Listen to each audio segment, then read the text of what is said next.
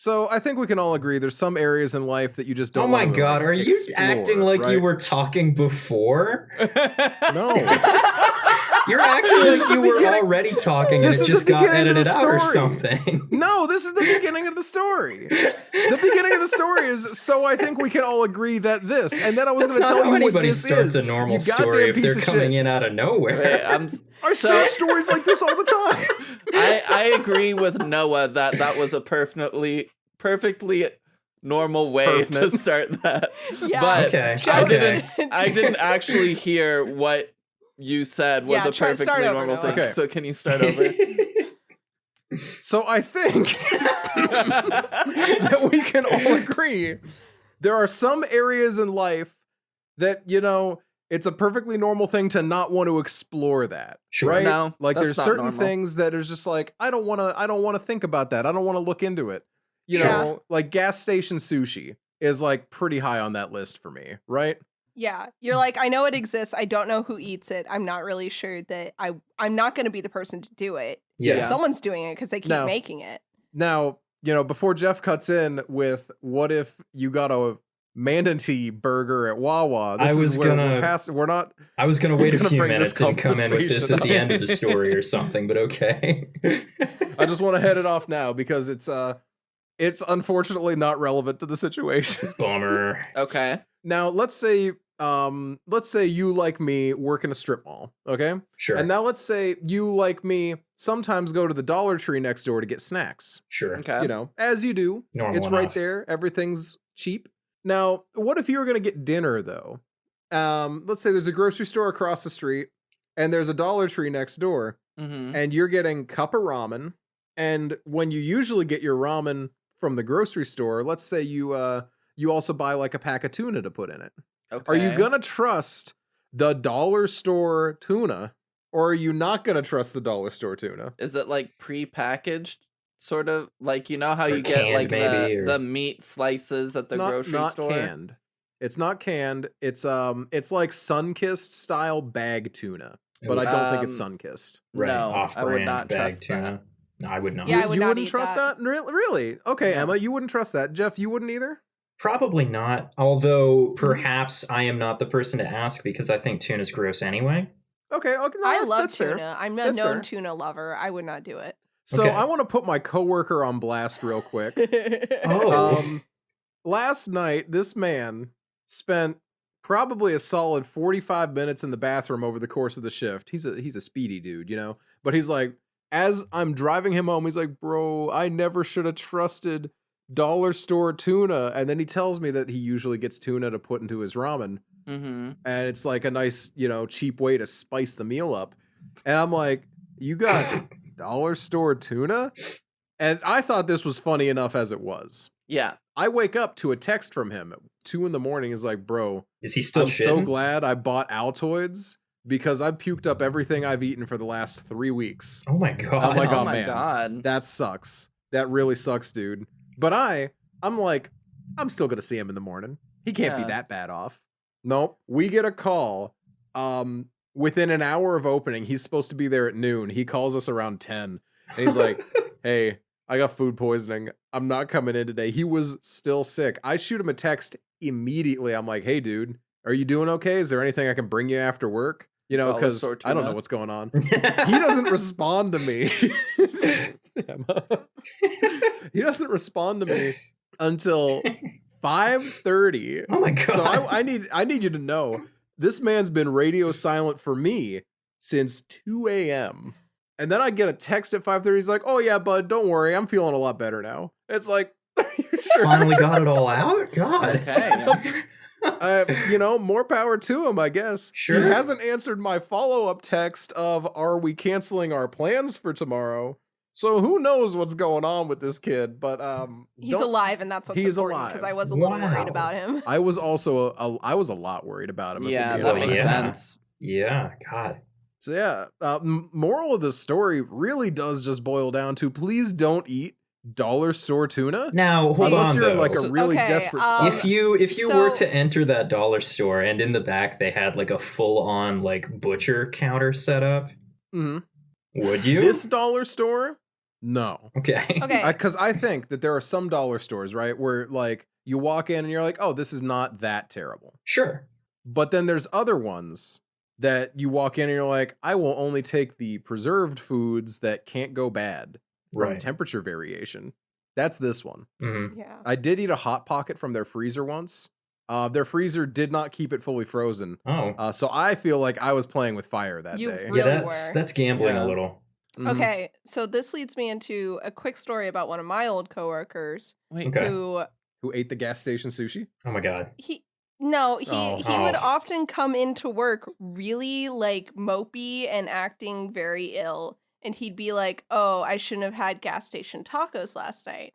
And I quickly learned that meant He was hungover? hungover. Okay, yeah, that. And it's like either you it doesn't look good for you either way, because No. either you're hungover way too often Or you're an idiot continuously who trusting gas station tacos. Yeah. So either way, he looks like a total dumbass. Right. Yeah. But yeah, True. that's True. I think the best part of that is like, listeners will not know this, but Jeff and I know you're not really gonna get gas station tacos in town that are of questionable quality. yeah, they're The only places that would actually sell tacos have like a full-blown like mini kitchen. Like they make like a whole lot of food. Yeah, I can't anyway. even think of what gas stations you'd be going to for that around No, here. he's I full of it. assumed He's that was using a it for Seattle sure. story. Yeah. Nope, No, this isn't. this This is is a Pennsylvania. this is Okay, Pennsylvania. wow. In the yeah. Northeast, Person- we don't have tacos. Not at gas stations, at least. You go to a gas Barely station, you anywhere get else. a sandwich of some sort, like a regular person. Noah, you said you work in a strip mall, right? Like a kind of strip mall sort of area. Why don't you just go to the strippers and ask for some meat?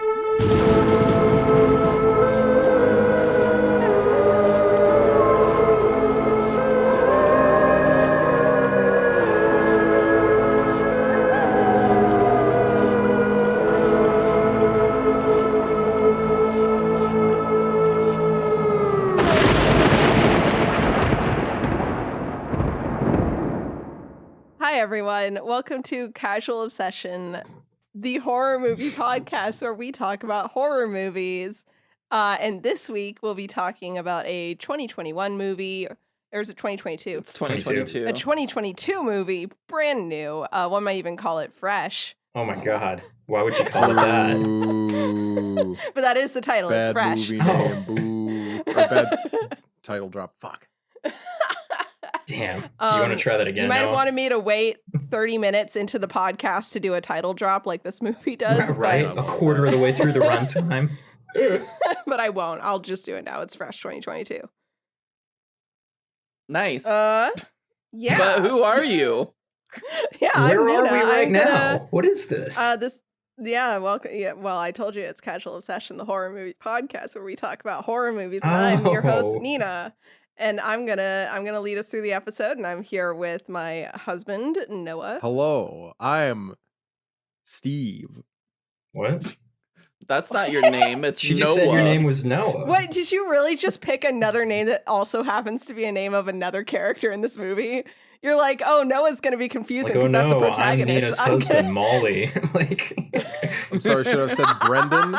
It was a joke. you're a Anyways, joke. this is Get it? Because he was lying about what his name was. It's his not middle really. name, He though. picked his middle name. That's Doesn't not that matter. bad. Brendan Steve. What a What Yeah, a his middle name is combo. Steve, not even Steven. That's a what? two first It was name. Steven. Wasn't it Brandon Steven? I think it whatever? just said Brendan Steve. Steven is. It doesn't really matter if we're Brendan Steve or Brendan Steven. That's just that's It's Who not a else good is here name. though? too much name. Who's talking? We also have. oh yeah, who else is talking? I'm Who is Emma. Emma. Yay! And who's the last person that's here? As usual, it's me, Jeff. You could go Alrighty. first, Jeff, but like you didn't. You interrupted Nina and then didn't introduce yourself. Yeah.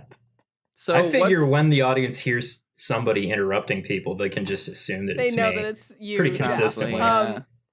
All right, so let's talk about this movie, Fresh, a movie that dropped on Hulu with fairly little fanfare earlier in the year.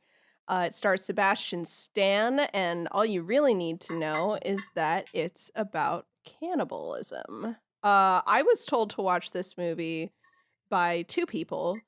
One is my coworker who asked to be shouted out by name. Hi, Rye, if you're listening. Hi, Rye. Hey, Rye bread. And the other is Noah and Jeff's sister, who also told me I would like it. They both told me I would like it, mostly because of Sebastian Stan, but I liked it for many other reasons that we will get into during this. This actress has also been kind of popping off out of nowhere. Oh, yeah? She's really good. Like, genuinely, I really enjoyed her performance. Yeah, she's in the new show with Andrew Garfield, Under the Banner of Heaven. Oh, and wow. she is that also the one very where he good in eats that. the lasagna? Because he's Garfield. Thank you. Thank you for cutting in with that, because I didn't know where he was going, and now I'm just mad. That up for you guys. But yeah, she's really good in this, and I'm happy to see her get other work because I really enjoyed her performance. Yeah, she did great. But what's the short summary of this movie, Nina? Yeah, alrighty. I will give you a short spoiler-free summary here. This movie is about a woman named Noah, who, I know that sounds confusing, but after we get through the spoilers, we'll have a new nickname for her, and it won't get confusing anymore. Noah is having a hard time with dating life. She is going on some pretty lame Tinder dates, having some pretty awful conversations with different men. And most of her life subsists of that dating life, doing some art and hanging out with her awesome friend Molly. Until one night she goes out to get groceries and she meets a man the old-fashioned way in a grocery store, a man named Steve, who gets into a conversation with her about cotton candy flavored grapes. This conversation goes pretty well. They have instant chemistry, and he gets her number. And after a little while of like keeping her waiting, all like classy, like they do start dating, and eventually he takes her away on a trip to this kind of mountaintop, like nice house. And that's when we find out that Steve has been playing the long haul here, and he is not a good person. Everything else is kind of spoilery. So if that sounds fun, which why would it? I promise you, this movie is very fun and enjoyable to watch, and I would encourage watching it without a whole ton of spoilers. Yes. But yeah, that's the movie. I know how I feel about it, but how do the critics feel about this, Noah? Well, the critics. So here's something that I would just really want to point out real quick. We may remember P2 from last week. Hi, P2. How you doing? We will be bringing up P2 a lot. P2. P2 on IMDb had a 5.7. You may remember. Okay. I do. Fresh has a 6.7. That is so stupid. And that blows my mind. However, unlike P2, Rotten Tomatoes score was like 35. This one's 81% Fresh. Okay. Metacritic 81% Fresh. I'm gonna fucking scream. Between this and the main character stealing my name, it's not gonna happen. Too bad it's not certified Fresh. Yeah, too bad. 67% on Metacritic. And a 3.5 out of 5 on Letterboxd. I'm gonna be real. That's fine. Here's my thing about this movie. Because I'm gonna give it my rating. I understand this movie's not for everyone. Cannibalism is already not for everyone. On top of that, if anyone here has seen Ex Machina, oh yeah. There's some similar tonal, like, all over the placeness about this movie that can be off-putting to some people. I found it pretty consistently fun. I found it thoughtful. It really, like, spoke to a lot of things that I've experienced personally, which I can't wait to talk about. And also, I think the greater message of the movie was, like, obvious, like very obvious and very like telegraphed through the whole movie, but it was still fun. And it still said something that I think is worth saying. So for me, personally, this is a borderline perfect movie. There's just some stuff that I'll talk about in the spoiler section that I think could have been polished better. So I'm gonna give this one like an 8.5, closer to a 9 than an 8, actually, for like 8.75. Okay. You know, you said this reminds you of some of your experiences. Do you not have an ass anymore? Assless Nina, we call her. No, I have an ass. It's a curse that I've been burdened with. But... Assless Nina, we call her.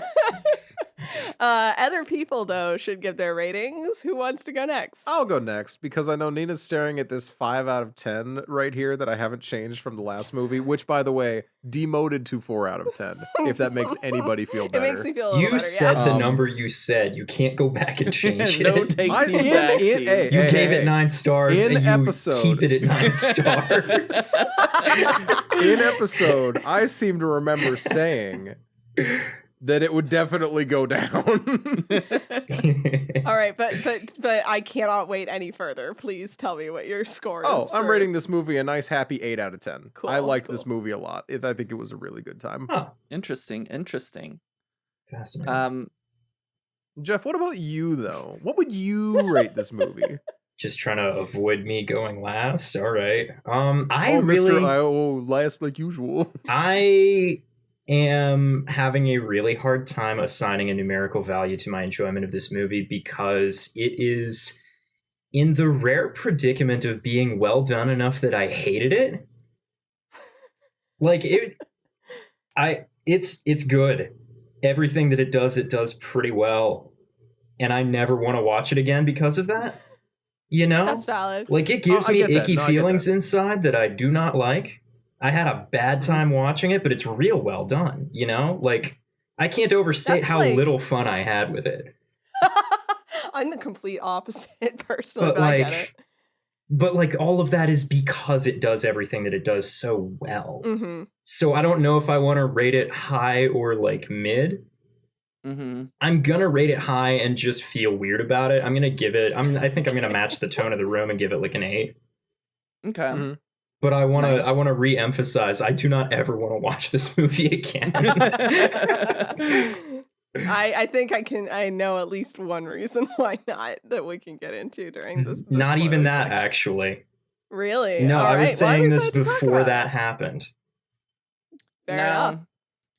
I, for one, love cannibalism. I myself am a cannibal. No, I'm not. Officer, take the shot. Officer, we got her. No, but I really, really, really enjoyed this movie. I have a lot of thoughts. Yeah. Especially, this is going to be weird, but from a trans perspective, I have a lot of thoughts about this movie. Oh, yeah.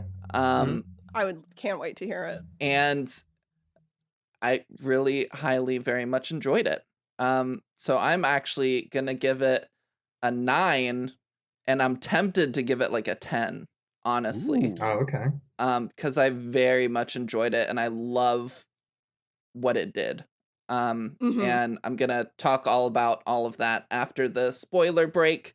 But yeah, fantastic movie. Cool. Yay. Well done. Good job. I did it good.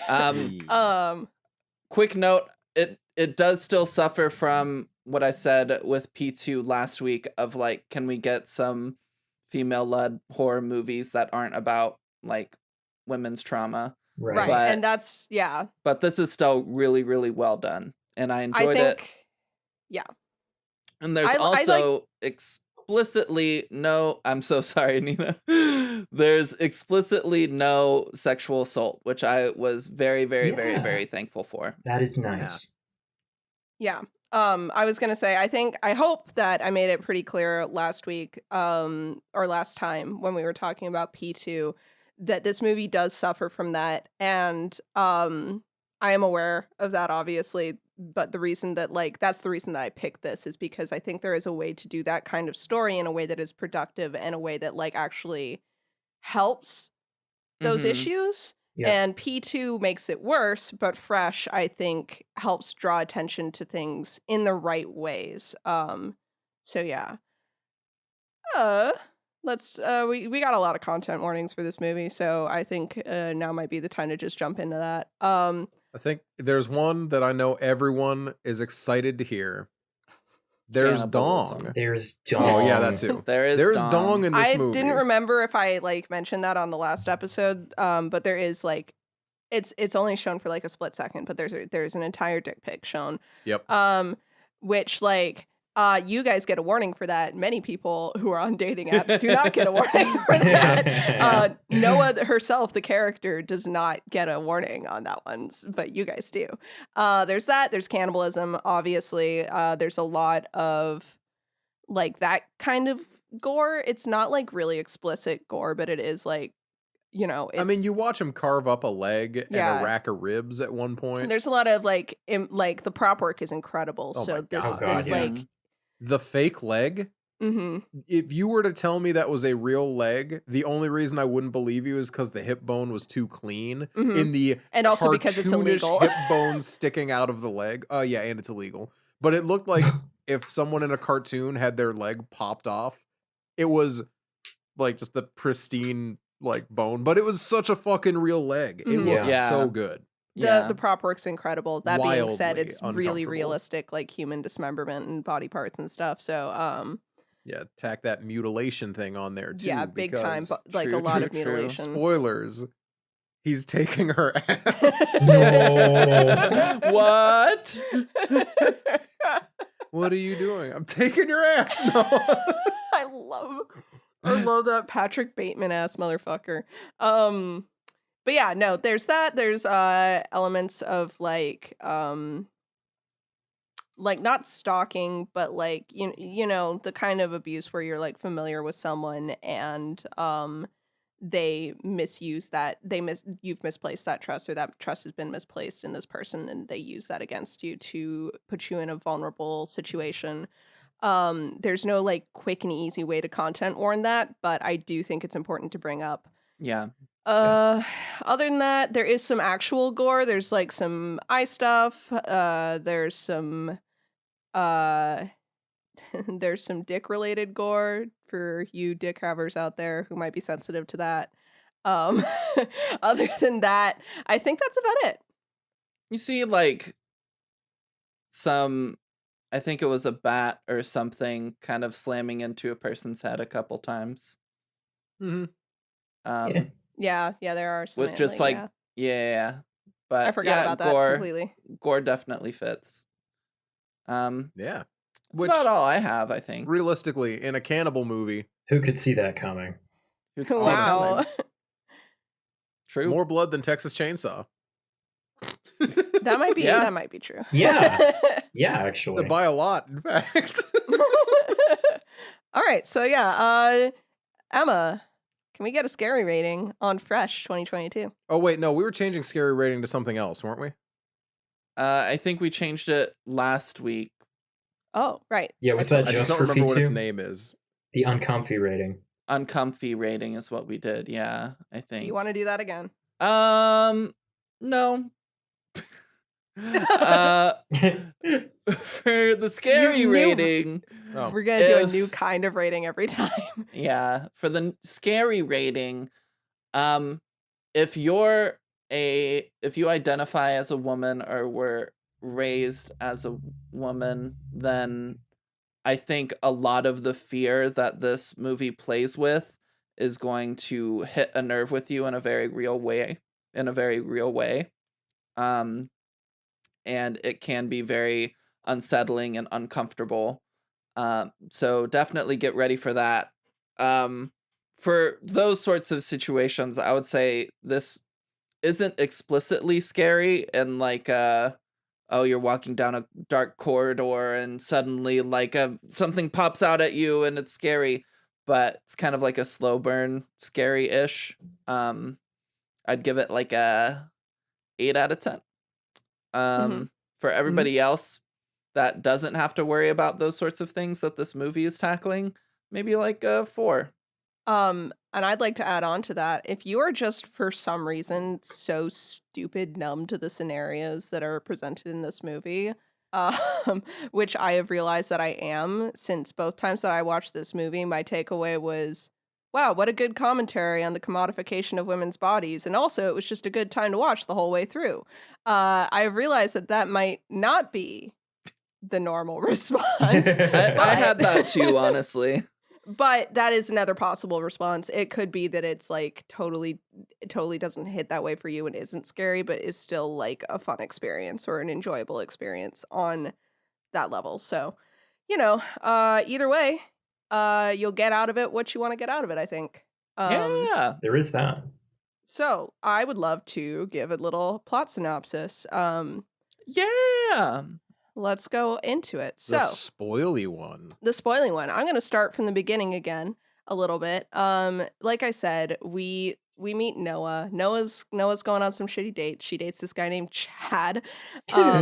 Chad sucks. That sucks so much. I can't. Noah knows this story, and Jeff might even, or Emma. You guys all three might know this story, but I have a bad date story that reminds me a lot of Chad that I'd love to tell later. But Chad is I've got just some kind things of. to say about Chad too.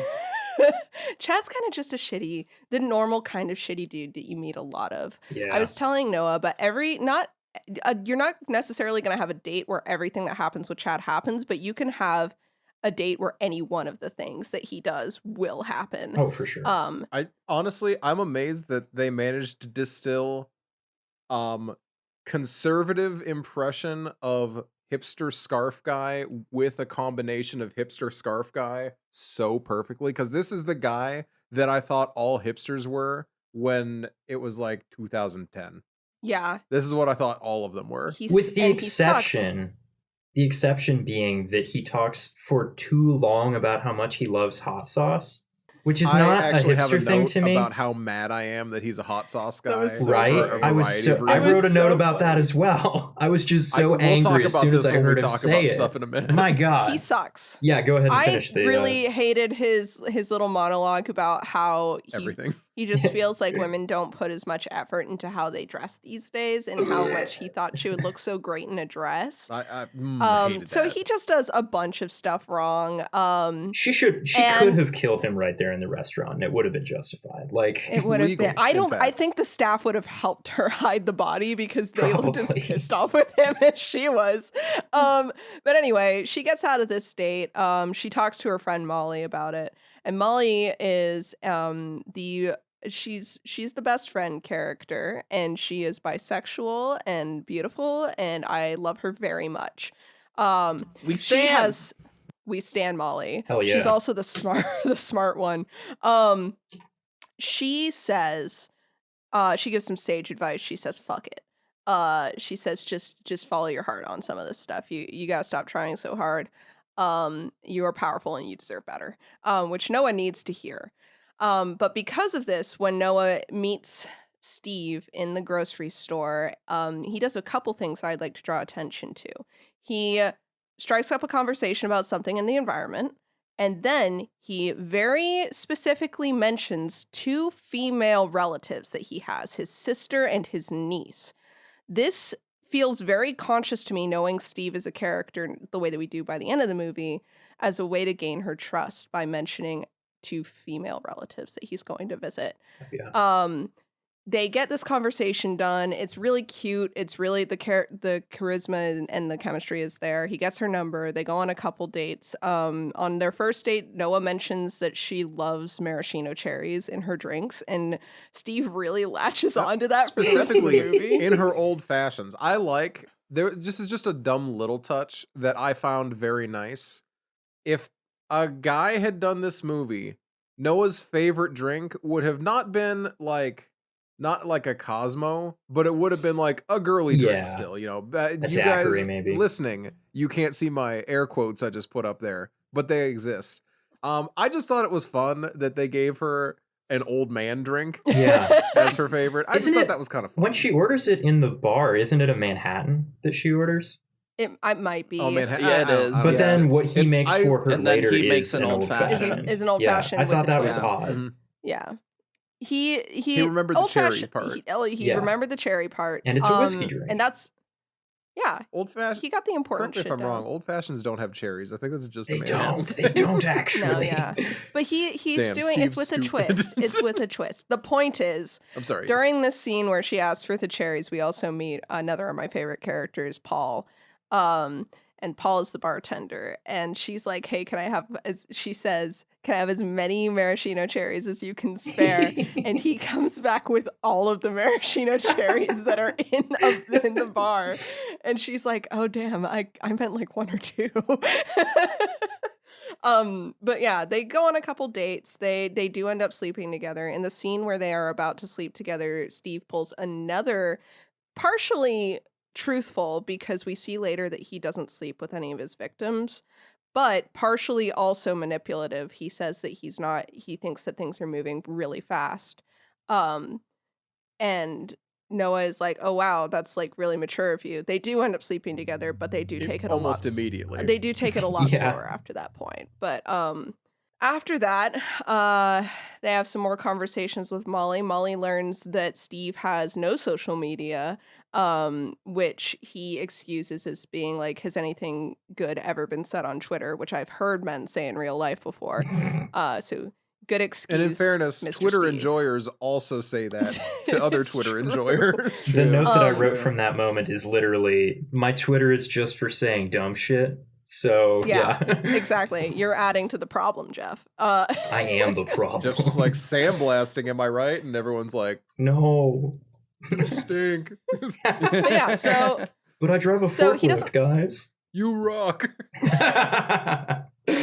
he doesn't have any social media. He is inaccessible in that way. And he makes a point of asking Noah during one of their dates if she's told anyone about him, and she mentions Molly. To which he gets a little. It's very tit for tat. Molly has about as much information about Steve as Steve has about Molly. And eventually Steve's like, why don't we go away for the weekend? And even the like normal horror stuff of like, oh, you don't have service where we're going, he's very smooth about it. He says, oh, service is shitty right now, but when we get to my place, it'll be fine. And then when they get to his place and there's still no service, he says, oh, it must have gone out again. That fucking sucks. So even that stuff, it's clear that it's his fault and he's planned this, but he's still so smooth about it. And up until this point, there have been hints that things are off, because he says stuff like, I don't eat animals, and all of this kind of stuff. And then we get to the scene where he's made her this old fashioned with a twist, and her vision is starting to go blurry. And he keeps it calm and conversational up until the point that she passes out on the floor. And his response is to get up and make himself another drink before he takes care of his newest victim. That's when the title sequence plays, by the way. This is 30 minutes into the movie, and up until this point, you could get someone to watch this movie with you thinking you are watching a rom-com, and then at that point is when it would hit you that like, no, this is a horror movie. Which is Just really great. Fucking nut moment. Man, I loved the big title pops up over everything. And then it switches And to this then like it's- Dexter ass like credits theme. Yeah, and- and it's just like going through and he's doing stuff and it's just like, oh, It's real I good. love this. It kind was of such feels- a ballsy move. It kind of feels to me like that's when the movie starts, right? Mhm. Yeah. Like there's Yeah. kind of just All a of this has half-hour been- prologue and then the movie. And then the movie, which is all needed, Yeah. unlike some other things that I'll talk about Right. in a bit. So we get into this scenario where Steve has chained Noah up in the basement of his like mountain getaway house. He lets her wake up and he kind of talks to her, and then when she realizes she's chained, she starts freaking out. And she asks very blatantly, are you going to rape me? And he's like, no, I'm not. And to his credit, he's not. But he does pretty much from the get-go explain to her that he has told her before he was a plastic surgeon, and he uses that to trap women because women are the highest demand because people are gross, and that's kind of the theme of the movie.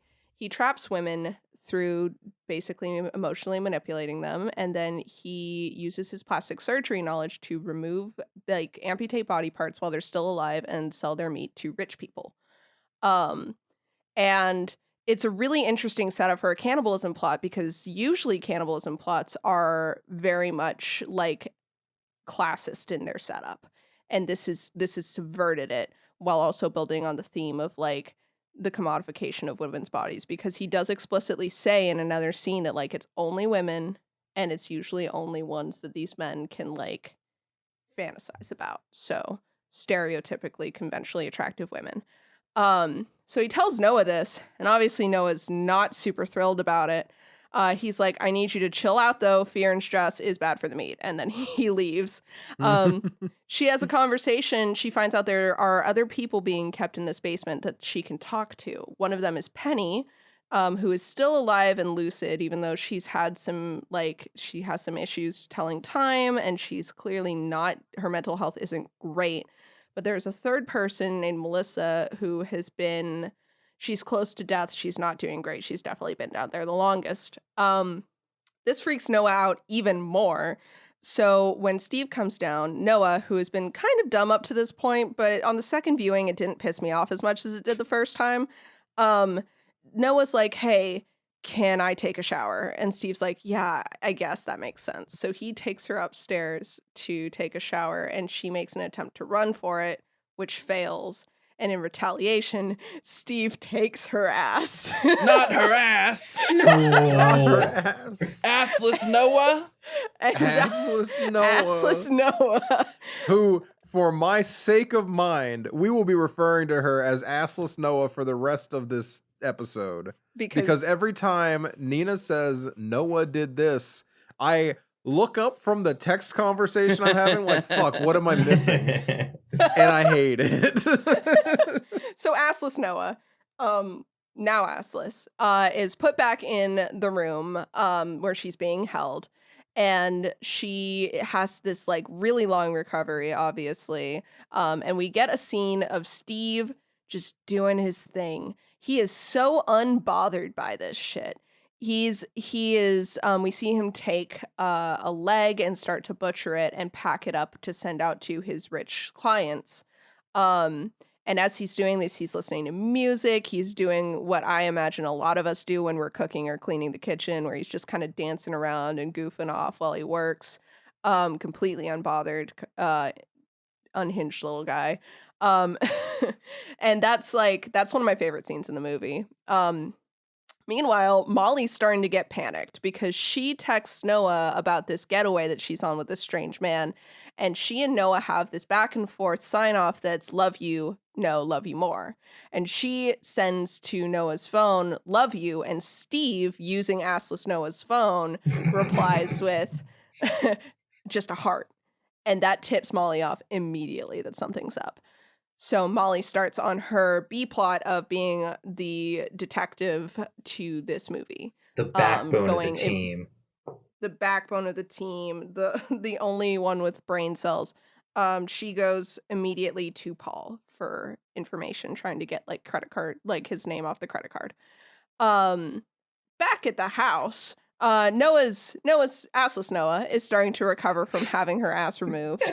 Good for her. And she is having some conversations with Penny again. Penny's not doing great. Melissa's gone completely silent at this point. And Noah reveals that she and Steve slept together. And Penny's like, oh my God. Penny has a little moment where she's like, did you really? And Noah's like, shut up. Was I not supposed to? And it's revealed to Noah that Steve doesn't usually do that. Which means that she might have an upper hand in this relationship where she can actually like use that to maybe escape the situation.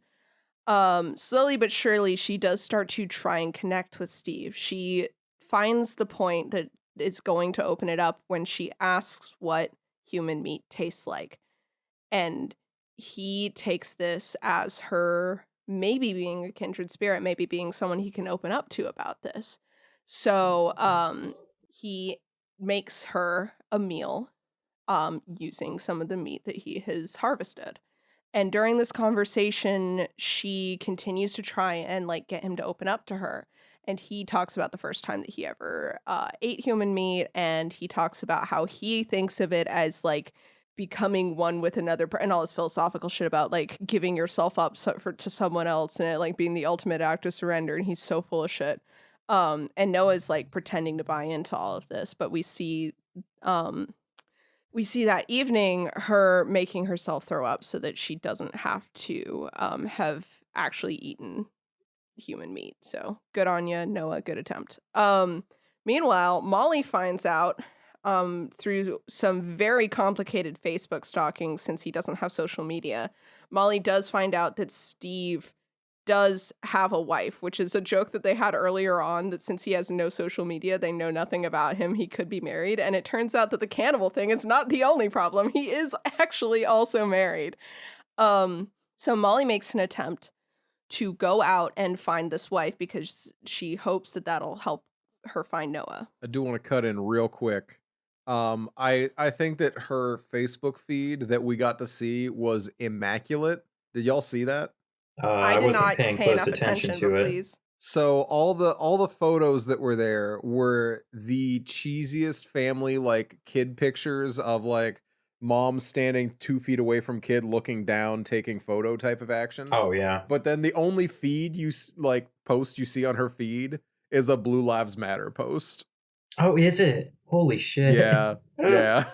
Yeah, she's Yeah, there's like a thin blue line thing going on there. I thought that was Wow. just immaculate page crafting because Yeah. sometimes, they really put effort into people this. don't know how to make social media look like social media, but that's It looked like a real person's I've social seen media. that Yeah. page.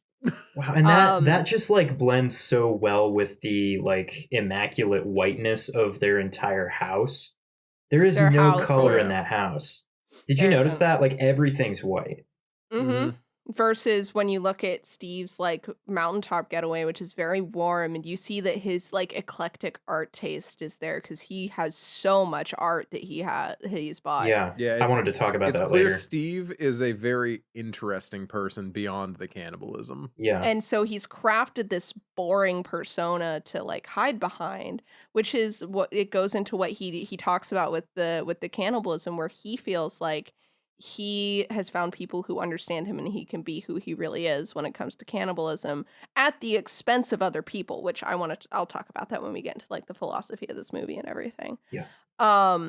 Yeah, so Molly goes to Steve's wife to try and figure things out. She comes in and is like, "Hey, I think that your husband has been cheating on you with my friend, and I'm afraid that he's done something to her." And the wife is like, "I don't know what you're talking about. Like, I saw my husband this morning. Like, he's definitely not in some mountain getaway or whatever." And Steve comes in and he's like, "No, my name's not Steve, it's Brendan," which to his credit is his first name. And this is my wife, and I don't know what you're talking about, and all this stuff. Have you tried looking for your friend here or there? And Molly starts to leave because obviously this isn't going well. But on a hunch on the way out, she calls Noah's phone, which Steve happens to have on his person at the moment. So assless Noah's phone goes off, and Steve, in one of my favorite line deliveries from Sebastian Stan, just pulls the phone out of his pocket and goes, "Oh, look, it's you, dumbass," and like hits her over the head. His wife hits her over the head, That was showing such a us good moment. showing us for Mhm. sure that the wife has been in on it. We do get another scene later where, playing into the wife's character, she's trying to get Steve to actually be a part of his family. He says, "All right, good work today, knocking Molly out, helping me out with my horrible thing that I do. I'm leaving." And we see that Steve's wife is also a victim of his bullshit because she is missing like from her calf down on one of her legs. Which in one of my favorite scene transitions, it transitions from her struggling to get into the shower to him running freely outside in the air. Mhm. And that's like a moment that I really love. And I wish that was the last time we saw Steve's wife, but it's not. We keep moving back to the house. Steve gets back and he's like, "Hey, Noah, I've thought about how you've never had anyone cook for you because you grew up alone and your parents were dead. That just makes me so sad. I'm going to cook you a meal." And Noah's like, "Great." So he gives her the ugliest dress to wear, a dress that, unfortunately for the director, shows off the fact that Noah definitely still has an ass. You can see that she's wearing like compression shorts underneath the dress, but it doesn't do a good job of convincing me that she's had any work done. Yeah. But you know, you have limitations. They spent their whole budget on like the legs and stuff. So, yeah. So Noah goes to have this date with Steve. They go through some more like human meat kind of taste testing and whatever in a way that's really kind of an interesting way to do it. Again, because of how cannibalism stories are usually told, you're not used to being shown like fully cooked dishes of human meat and being like stuff that is like pate or like a meatball, and they're like, oh, this is human meat. And Noah goes through eating and joking with Steve to kind of loosen him up, making jokes that, like, you know, they've been on dates before. She knows his sense of humor. And eventually she does break down and she's like, she's been keeping it together really well up to this point, but she starts crying and she tells him how confusing this is. But then she's like, hey, do you want to dance? Maybe that'll help. So they get up and they have this weird Ex Machina style, like, if those of you who have seen Ex Machina are familiar with the weird ass dance scene. It's that again. But it is intercut with a build up to a sex scene. And as she goes into the bathroom to freshen up for the sex scene, and then she comes out and moves down his body to below his waist, and then we get a shot of her opening her mouth, and she bites Steve's dick off. Got him. There have been very few times in a movie where I've been watching and something starts, and this, when they started the deed and kind of the scene was moving to that, I was like, please just bite his dick off. Yeah. And then it got to that point and she did it. I was like, yes! Yeah. It was so good. I was so glad she did, but I was so uncomfortable for the rest of the movie just watching Steve move around. I'm like, ah! Yeah. Basically the whole time. See, I just kept thinking he should have been bleeding more. Right. No, I had the same thought. Was like, how is he even walking? Was my thought. Yeah. But so she does that. She smears toothpaste that she got from the bathroom when she went in there. She smears toothpaste in his eyes. And she runs. She locks him in the room and runs. She manages to make it to the basement and free Molly, who's been trapped down there, and Penny as well. Melissa's long gone at this point. And the three of them move up to the kitchen because Penny is missing a couple limbs at this point. She's missing fully her leg at this point. They put her in the dumbwaiter that Steve uses to take his meat up from the freezer and head upstairs to get into a battle with Steve in the kitchen. Which ends up with him getting absolutely bloodied. His face is smashed up. Obviously he's missing his dick at this point. They stab him in the leg. He's not doing great. They do manage to get out of the house, though he is not dead yet. As they're running through the woods, he has grabbed a gun. Paul has finally made it up. Molly gave him her location on the phone. Paul has finally made it up to the mountain. He hears the gunshot, says no thanks, and leaves the movie, never to be seen again. It's such a respectable decision from him. He's like, I've seen this movie. I don't even know this is the right place.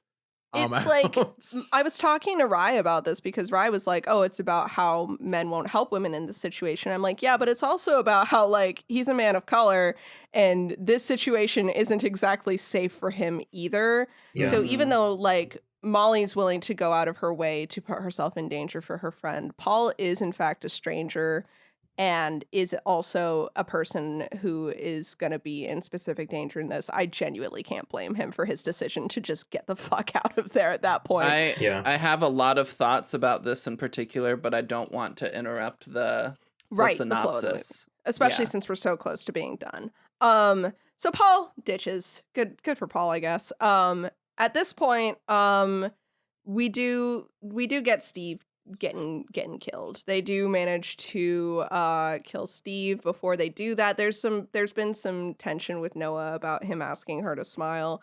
Right before she kills Steve, she asks him to smile, and he does his little goofy Sebastian Stan ooh-woo smile before she shoots him in the face. He has really good makeup in this scene, but because it's in the dark, you can't really see it well. If you look up production photos for this movie, you can get the full look at how his face looks is. Bad. It's he had really a swollen well shut eye. When he I Mhm. love that smile that he did, as if there was a part of him that really did believe, maybe I can smile my way out of this. And that Mhm. was great. Yeah. No. Now the only thing that I don't like about this movie is that I can appreciate what they were going for with the wife and like kind of internalized misogyny as a plot line. I think that that she kind of overstays her welcome and therefore the movie overstays its welcome because at first it seems like they're setting up for a sequel because she finds Steve's body and she's like put it on ice or whatever. And then she goes and finds Noah and it's like, oh my god, you killed him, we're free, and then she starts to try and choke Noah once she's gotten close, and Molly comes in with a shovel and beats her head in, and it's like again, it's like I get what they were going for, but because Steve was already dead, it doesn't feel very impactful. It feels kind of tacked on. I wasn't a huge fan of Yeah. how that was done. I think there's a world where even that scene could exist and I wouldn't hate it, but I just don't think that it works with how the movie goes. Anyway, I think it's a oh, go ahead. sorry. I think it's a really great illustration of Stockholm syndrome. Mhm. Because they play at hinting at that throughout the movie like a couple of Yes. times, and it's kind of a Yeah. it's a look at a character very similar to Noah that does kind of That fall did buy into the into it. Stockholm syndrome and then Mhm. buys into the lifestyle further and like all of that. And I thought it was done pretty good, and she doesn't stay around very quickly because she dies pretty fast. She Yeah. dies pretty Um, fast, which so is I the wasn't too bothered by it, but I thought it was a yeah. good mirroring. I thought it was a good mirroring, even with how much we had had up till that point. I like the scenes that had her previously. I really enjoyed. I just felt like it didn't. She lost impact on me as a character because they kept going with her. Because Yeah. right after she dies, it immediately just cuts to Molly and Noah sitting having another casual conversation, and then the credits roll. There's not a lot of time to sit with that, and because they do this whole scene with her, there's also not a whole ton of time to sit with Steve's death either. So the ending kind of felt a little bit disjointed, but not in a way that made me hate the movie, just in a way that made me dog what, like 1.75 points. Mhm. Mhm. 1.25. 1.25. But yeah, that's Fresh. That's the movie that I chose for us to talk about. I've talked a lot and I have more to say, but first, let's hear from Emma because I'm really interested to hear your thoughts. Oh gosh, I have so many thoughts that I could say. I don't want to dump them all on you immediately. You Um, say one, Jeff and I'll complain about hot sauce people, and then you say more. okay, then I have the perfect thing to tie into the hot sauce people. Okay. And part of this is just direct absolutely what it is, but also another part may be reading a little bit too into it. So we can determine which is which as I talk. But Nina, you mentioned the dress and how unfortunately it shows that Noah very clearly still has the booty. And I thought it was really interesting that at the beginning with Chad, he's talking about like, oh, I wish, or I liked when the women of our parents' generation, like they really subscribed to femininity, and I think you would look great in a dress and all this stuff. And then later on in the movie, Oh. at kind of the culmination of this relationship for the two of them, Yeah. she is put into a dress, but not just a dress, a very like older woman dress, kind Yeah. of. And It's so definitely the dress of a immediately, guy who's got no clue what to do. Mm-hmm. yeah, immediately I felt that kind of callback to the beginning of the movie. But as Nina was talking through the rest of the story, a couple of other things jumped out at me as well. Of when they met in the grocery store and kind of were talking, Nina, you said that she mentions that nobody meets like the old fashioned way anymore. Um, and then also him not having any social media. I think it's a really interesting kind of look at the dangers of old style dating Mm-hmm. and kind of the new Everyone like romanticizes it, but it's not necessarily that much better. Yeah, but in this new kind of marketplace of dating where we have access to all of these tools and stuff, and the true red flags of when somebody doesn't kind of do any of that, that it should actually be a red flag, like her Yes. friend was warning her. And just his like old style of ideals of oh, cannibalism is all about like the ultimate giving of yourself to another person, and oh, of course it's always the woman meat tastes better, Yeah. and all You'll of this notice stuff. in his ultimate giving, he's not doing any giving. Yeah. Yeah, just doing the Right, taste. absolutely. exactly. It speaks to like this old idea of like not to harp on Christianity, but I'm gonna. This old Harp on idea Harp on Christianity. Christianity. this old idea of like marriage being like a partnership, but what they mean is marriage is a woman being completely subservient to a man who gives her money sometimes. It's called complementarianism. Yeah. Yeah. There's a lot of stuff. There's a lot of stuff in this movie. Yeah. That is like that, but that's definitely like a big one. Yeah, but there's a whole lot of takeaways of looking at Steve's mindset and this kind of older mindset and Yeah. how that shows throughout the movie. Mhm. And I think it's really cool. But Noah and Jeff, why don't you talk about hot sauce? So I don't know have a Jeff ton to probably say about immediately- hot sauce people, but you probably immediately thought of the same guy I did, though, right? yes, obviously, you know Mhm. I did. So we had a guy we knew growing up who We've he was a talked hot about him sauce guy. before. We have. You can't escape him. The punching bag that is this man. He's just so punchable because he's just such a shit person. He's horrible. He's the worst. Unironically, we're not going to do details, but he is actually very valid to make fun of. So yeah, it's fucking okay. hate the guy. He was a big Frank's Red Hot guy. Specifically, He had this opinion that other hot sauces weren't good enough. He also said Frank's Red Hot would like cure canker sores and things like Yeah. that in your mouth. He said Really that, weird dude. As soon as Chad starts talking about how much he loves hot sauce, but then it gives him diarrhea or whatever it is that he said, yeah. like I'm just like, oh good lord, it's this again. Yeah. And I've never been able to see, because like everything Chad did was very, very uncomfortable, very blatantly obvious.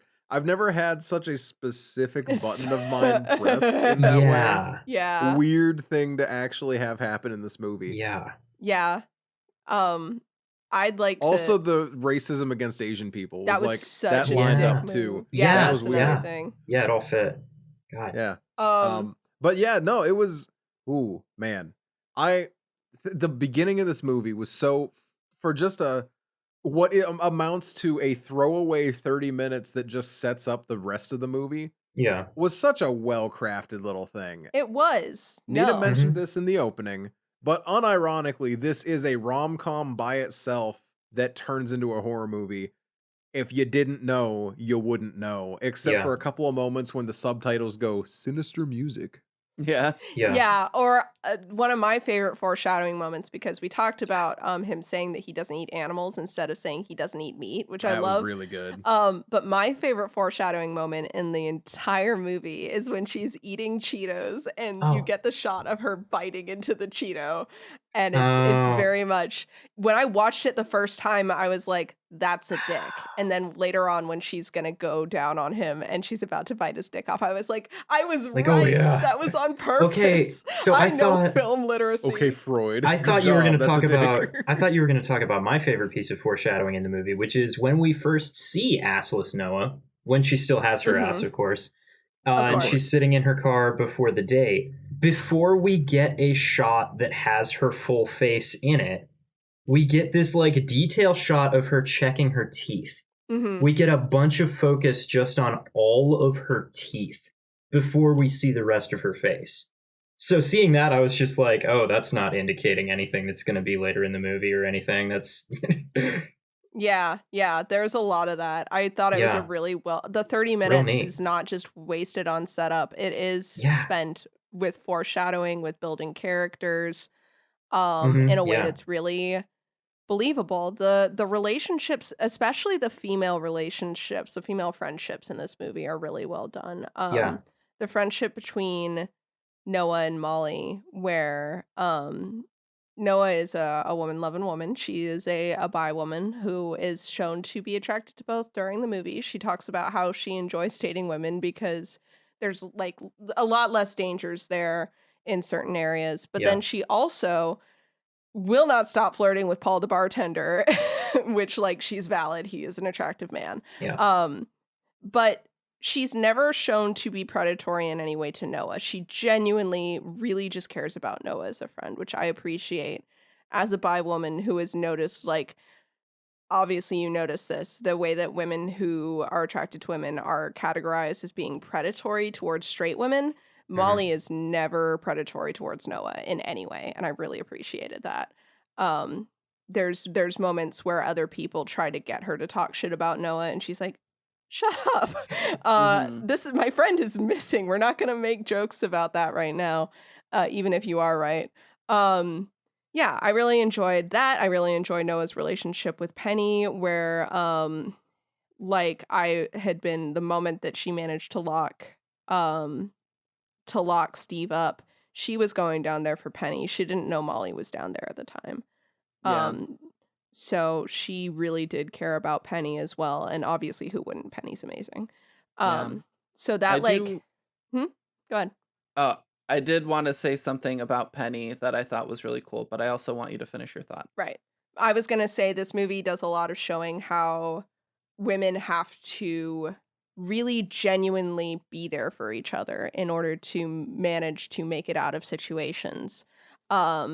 There has to be that trust, there has to be that constant checking in, and it's one of those things where it doesn't matter how little we know each other. A lot of times women who are in dangerous situations know that there is this sort of code where we can go to each other even no matter not knowing what's going on. You can, if you're in a dangerous situation, go up and act like you know a strange woman in public, and there's an unspoken almost immediate understanding of, oh shit, you're in trouble. I am the only one who can get you out of this. And I think that was communicated in this movie in a way that was very heartfelt, and I appreciated it. Oh my gosh, I have so many things to say about that too, because that's another big point I have. I'm gonna take the soapbox for a little bit. Do Go it. for it. And first, the thing I want to say about Penny is there's a scene where Noah is kind of laying against or sitting against the wall talking to Penny, and she says like, "I wish we could see each other right now." Yeah. And then the camera like flies over the wall and you see Penny and she has a bandage around her head, and Penny says, "Me too." And first I thought Steve had taken Penny's eyes, and so the whole yeah. like "Me too" line was like crushing. But then later in the movie you see that she has her eyes and she's fine, and it was just a bandage around her head. But I was like, "Oh my gosh, that's incredible." Yeah. But for the larger point of what Nina was talking about, as a trans woman, one of the things that, like, once you come out and once you start experiencing, like, friendships between women, and how, like, they treat each other, it is, like Nina was saying, it's really huge that you take care of one another and that you check in with one another. And like, it's not a joke when you're going on a date or something, you text pictures and like where you'll be and all of this stuff to your friends in case something goes wrong. Or when you're driving home, like a lot of people will be like, "Text me when you get home so I know like you get home safe." And if you don't text them or you forget, a lot of times you're going to have a bunch of texts where they're checking in on you, making sure you're okay. And it's this very, even if you're not like super close to people, it is this very proactive communal like protection towards other women. And I loved how that was illustrated with Molly in this movie, where like almost immediately she was catching on to something is weird here, something's not quite right. And Yeah. rather than just brushing it off a bit, she immediately like dove into figuring out what was wrong, being proactive about it, investigating it, and all these other things.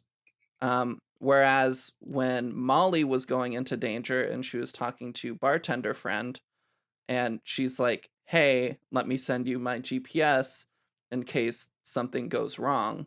And then something does go wrong, and the guy sees, like, texts her a few times throughout the day, like, hey, like, is everything good?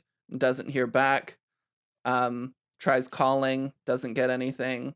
Looks at the GPS, sees that it's in a weird place, and then doesn't investigate or do anything until, like, night, which we see him doing most of the stuff during the day during, like, his shift. And so it shows this kind of proactiveness versus towards a more male mindset generally, where you kind of try to explain away when somebody isn't responding or something's going wrong because you don't want to have to do anything. Right. You don't want to put yourself in a weird position where you're having to, like, go and protect your friend or get help. And it's illustrated later similarly, where he gets to the house, he hears screaming and yelling, and he leaves because he's like, I must, like, have the wrong place. And it is, to Nina's point earlier, he's a black man. It is a very wealthy looking house. It's a different situation for him, but it does still illustrate that kind of, like, explaining away of things so as not to Yeah. burden yourself. Whereas, like, in friendships with women, like, it's very proactive a lot of the time. Yeah. And I thought just kind of seeing that play out was really, really interesting, and I really, really enjoyed it. Yeah, Yeah. it's And good like stuff. two things can be true at once, where like both like you know, because Molly is a black woman, so a lot of things that are like dangerous for Paul are also going to be dangerous for her, but there is a difference there as well, that a lot of nuance can go into the situation where we can't just say like Paul bad for leaving, but also like Yeah. there is some other stuff there. Um But also also, he absolutely knew he had the right house, he because did. Molly absolutely said Noah's name, and when he got there, he heard shouting for Noah and Mhm. screaming that, like, he was gonna hurt her, and he's like, must have the wrong place. Like, I'm gonna Oh, get yeah. out of here. Yeah, no, it is a whole thing. Also, I think it's a thing of like Occam's razor for situations is very different between men and women, because like for a man, he doesn't hear from her, and his thought process is there's a rational explanation for this. Um but I remember the first date that I went on, or quote unquote, the first time I met up with the guy that introduced Noah and um I I went to this date. I told at this coffee shop, and I told my roommate at the time, this is where I'm going. This is who I'm meeting. This is what he looks like. If I don't text you, or if I'm not home within this amount of time, call me. And I get there, and this guy and I hit it off, and we talked for like 6 hours at this first meeting because we hit it off so well. But she called me 3 hours into it, and she was like, you good? Which, like, is fair, because, like, to some people, it might be like, oh, you haven't heard from her in a while. It could be that everything's perfectly fine, and that's why she didn't text you, is because she didn't feel like it was going badly. Because if it was going badly, wouldn't she text you the whole time updating you that, like, this is the shittiest date ever? But she was studying. She had her own shit to do. She still remembered 3 hours later, oh, shit, Nina's not home. I'm going to call immediately and check up on her. Even though everything was fine. And then on the on the other side of things, going back to Chad real quick, um, sometimes it's just the little things a guy says. You know, I had a guy that I went on a date with who he didn't say anything racist. We did go to a Chinese restaurant. It was super awkward. But he didn't say anything racist to the people working there, unlike Chad. But we get in the car, and my red flag moment for that guy was that he wanted to put on this EP that he was on, and it was like metal, and I was like, I'm really uncomfortable with screaming, and he made a "oh wow, Snowflake, you triggered" joke on the I first think I remember date. you telling me about this. Yeah.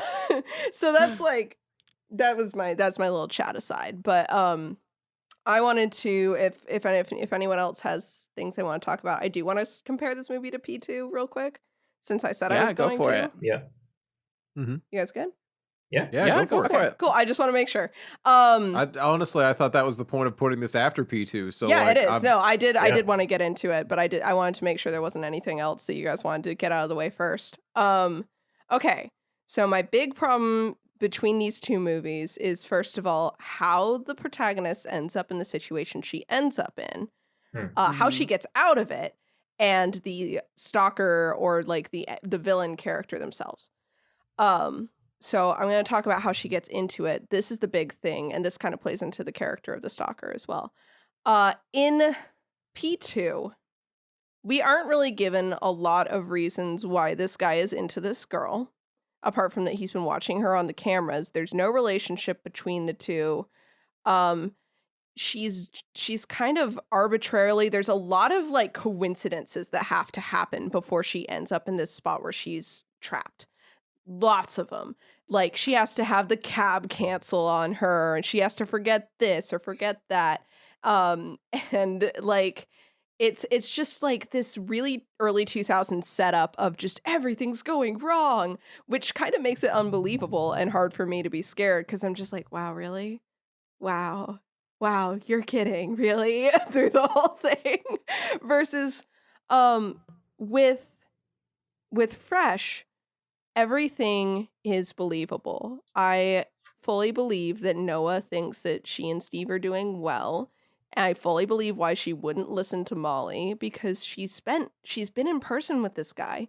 She spent time with him. She slept with him. Nothing bad has happened yet. He's mentioned like his job. She knows what he does for work. She knows that he has a sister and a niece, which is a good, like, a green flag for women if a guy talks about the other women in his life.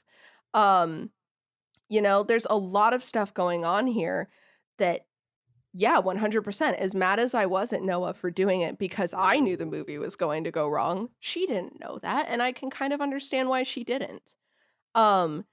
Which makes it scarier because, like, it's not like a accident that she ended up there. He orchestrated it. He drew her in and made her feel safe in a way that she is not at fault for. He is fully at fault through this whole thing. He's fully lucid and cognizant of it. And here's the next big thing. Talking about Steve, he is not, quote unquote, in the typical 2000s horror or anything sense, quote unquote, insane.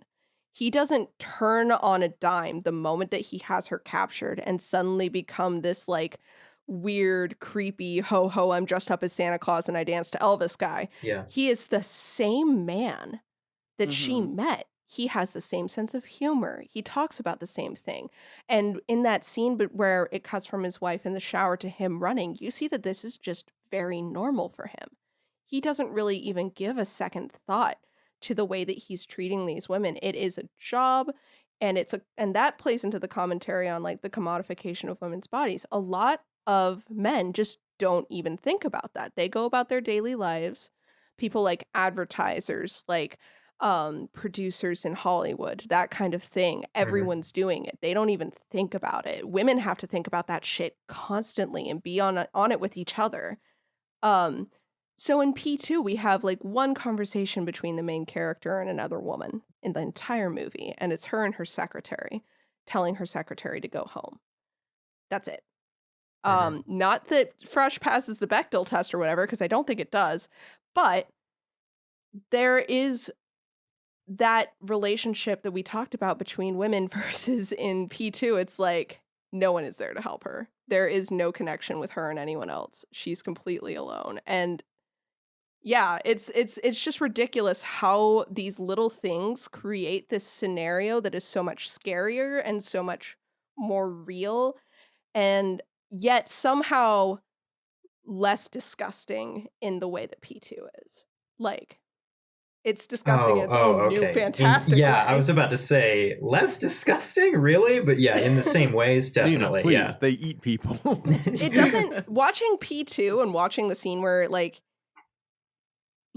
he is feeling her up is super uncomfortable in a way that makes me want to die. Yeah, no, very not cool. Yeah. Like, I would rather never see that scene again. I went into Fresh willingly because I Mhm. think using cannibalism as a metaphor says something so much more interesting than P2, which is just like, ooh, men gross, women get molested, she kills him, Yeah. isn't that empowering? In this movie, it's like men commodify women's bodies without even thinking about it. Women have to rely on each other to be able to overcome that. That's so much more complex, and that's why I love this movie so much. Yeah, Mhm. it's great. I like it a One lot. thing as a comparison to P2 that I really like is I liked every character in this movie except the wife. Like, Steve was great, you Mhm. know? Noah was great. Molly was great. Yeah. Like, everyone who was in this movie for more than like 30 seconds was a really good time. And And I the think same cannot be said of P2. And that just, Yeah. it makes me think of like the lack of charisma in so many, and chemistry, the lack of charisma and chemistry in so many early aughts horror movies Yeah. And ATM. and ATM. And ATM. Because it just, we were talking about this just a little bit before it started. And, you know, there's a lot of horror movies from the early aughts that people talk about being so good. And then you watch, and it is a thoroughly mid movie Yeah. with Mhm. one good actor in it.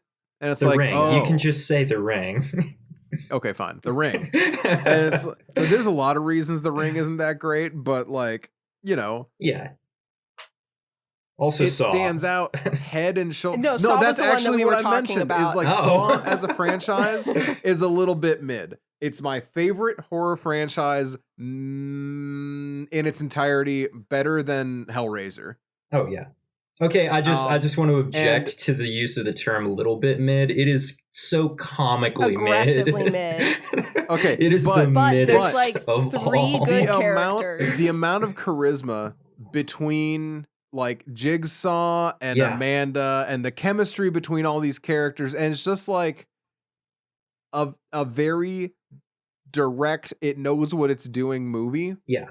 that like even from the beginning where we had Cary Elwes doing his thing, like his thing wasn't great, but boy howdy was he doing it, and he sold it. Yeah, I was about to Like- say, was his thing just not quite having an American accent, or No. I love it. But, you know, I think about that as like it's not great, but the reason that it's like continued on is because it had a couple of bright spots like that. yeah, And it was really fun watching Fresh, where it's like, hey, here's like a couple of ringers they brought in who not only can they act well, but the movie also isn't bad. So like if I'm 20 years or something, you know, down the line, I look back and I'm like, oh yeah, Fresh, that was a good movie. And then I pop it on. It's not going to be me like watching P2 P2. 3 years later thinking, wow, this movie sucks ass. yeah. See, I was talking to Rye about that. Because like I said, Rye and Hi, Rye. hi Rye, if Hi, you're still Rye. listening. All right. Rye was the one who initially recommended that I watch this movie, and we were talking about how It's because they're a Sebastian stan. they are a Sebastian stan, and that is valid. He's very good in this movie, and there are a couple lines where like I was texting both your sister and them, and I was like, oh my god. I was like, I see why you made me watch this movie, you fucking simps. But they were talking with me about how we think this movie is going to be a cult classic down the line. I wish we could get it like physically, because I would love to own a copy of this to like have later down the line, because it's not for everyone, but what it is well done. Yeah. And like that's Mhm. the best kind of horror movie, is one that's like very specific. I think about, like, not to bring it back to Malignant, but I do think about that with Malignant too. It's very specific, very much not for everyone, but the people who like it are gonna not ever shut up about it. Yeah. And I hope that Fresh achieves that status. I think Sebastian Stan being there will help it, but every actor in this movie kills it. The cinematography, the Oh, like jeez, yeah. the sound design, like the use of music in a lot of the scenes, the art direction. I really Very hope cool. that people don't give this a pass like I initially did because they're sick of people who simp over Sebastian Stan. Because that's why Yeah. I did Call not out watch post it at for first. Rye. Is Jeez. well, there's a lot of annoying people on my Twitter, and Sebastian unfortunately has been lumped into my like Marvel movie, hey, I'm done with it energy Mm. because he's in it.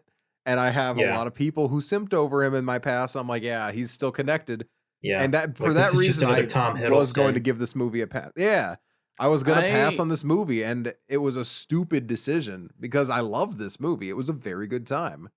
I You know? initially wasn't gonna watch this movie because I saw a few TikToks saying it was a really good movie, but they didn't like the end, and they thought the end was done really terribly, and it kind of Oh. ruined the rest. And watching it now, I have no idea what they I were don't know why talking they were about. I was saying gonna that. say, I that's have my an opinion, I complaints, guess. but I've got it. what is it, Jeff? There is one singular thing that they could have changed with the ending of this movie that would have made it way better. And that is What is when that, they are Jeff? all beating on him in the kitchen, they should all have gotten knives and cut him apart. Oh, I'm not gonna lie to you, Jeff. When you said there's one single thing when they were beating on him in the kitchen, I'm like, is he gonna say fucking yakety sax? Aggressively slowed down yakety sax. I don't know that I like that idea as much. Okay. But I don't know if you knew there's a mid-credit sequence to oh, this I movie. didn't. Oh my god, Oh, really? shit. Well, that's fucking Um, stupid. Why would they do that? Where it shows that his Sebastian body Stan. is being eaten. Ah. Well, that's his wife said put his body on ice and stuff, so Yeah. Are they guess it was selling him to implied rich that was people and they planned. still does think get he's a girl? eaten. Oh. It's just like his body on a table, Yeah. and a bunch of people dig in. Nice. Okay, Wow. I'm gonna have to go back and watch that because that's dope as shit. Thank you. Yeah. That's very good. I think there was like, I'm glad that Oh wait, article- there's one other thing that I wanted to say. Yeah. Oh yeah, go ahead. In regards to you hoping this will be a cult classic and everything, and just how much you enjoyed this, what's your fresh tattoo gonna look like? Oh, damn. I wish it had something. That's the only thing is like, there's nothing that's as iconic as Gabe's dagger, so it would be Yeah. hard for me to get one. Noah's ass, excuse me. There you go. Just You could somebody get a asked. tattoo of the words "I'm taking your ass" on your ass. There you That's go. the Tramp move. stamp that says I'm Tramp taking it out. Oh. Oh no. Like Steve doing the Virgin Mary pose with script text saying I'm taking your ass. And the Ooh, whole There you like go. Saint There you Halo. go. Yeah. See, you've You, got you know I'm a slut options, for Christian Nina. imagery. I know. What was I gonna say? I love how each of the girls got a hit on him at the end, by the way. That was Yeah. like very important to me that they each got to just like Noah obviously was gonna get him.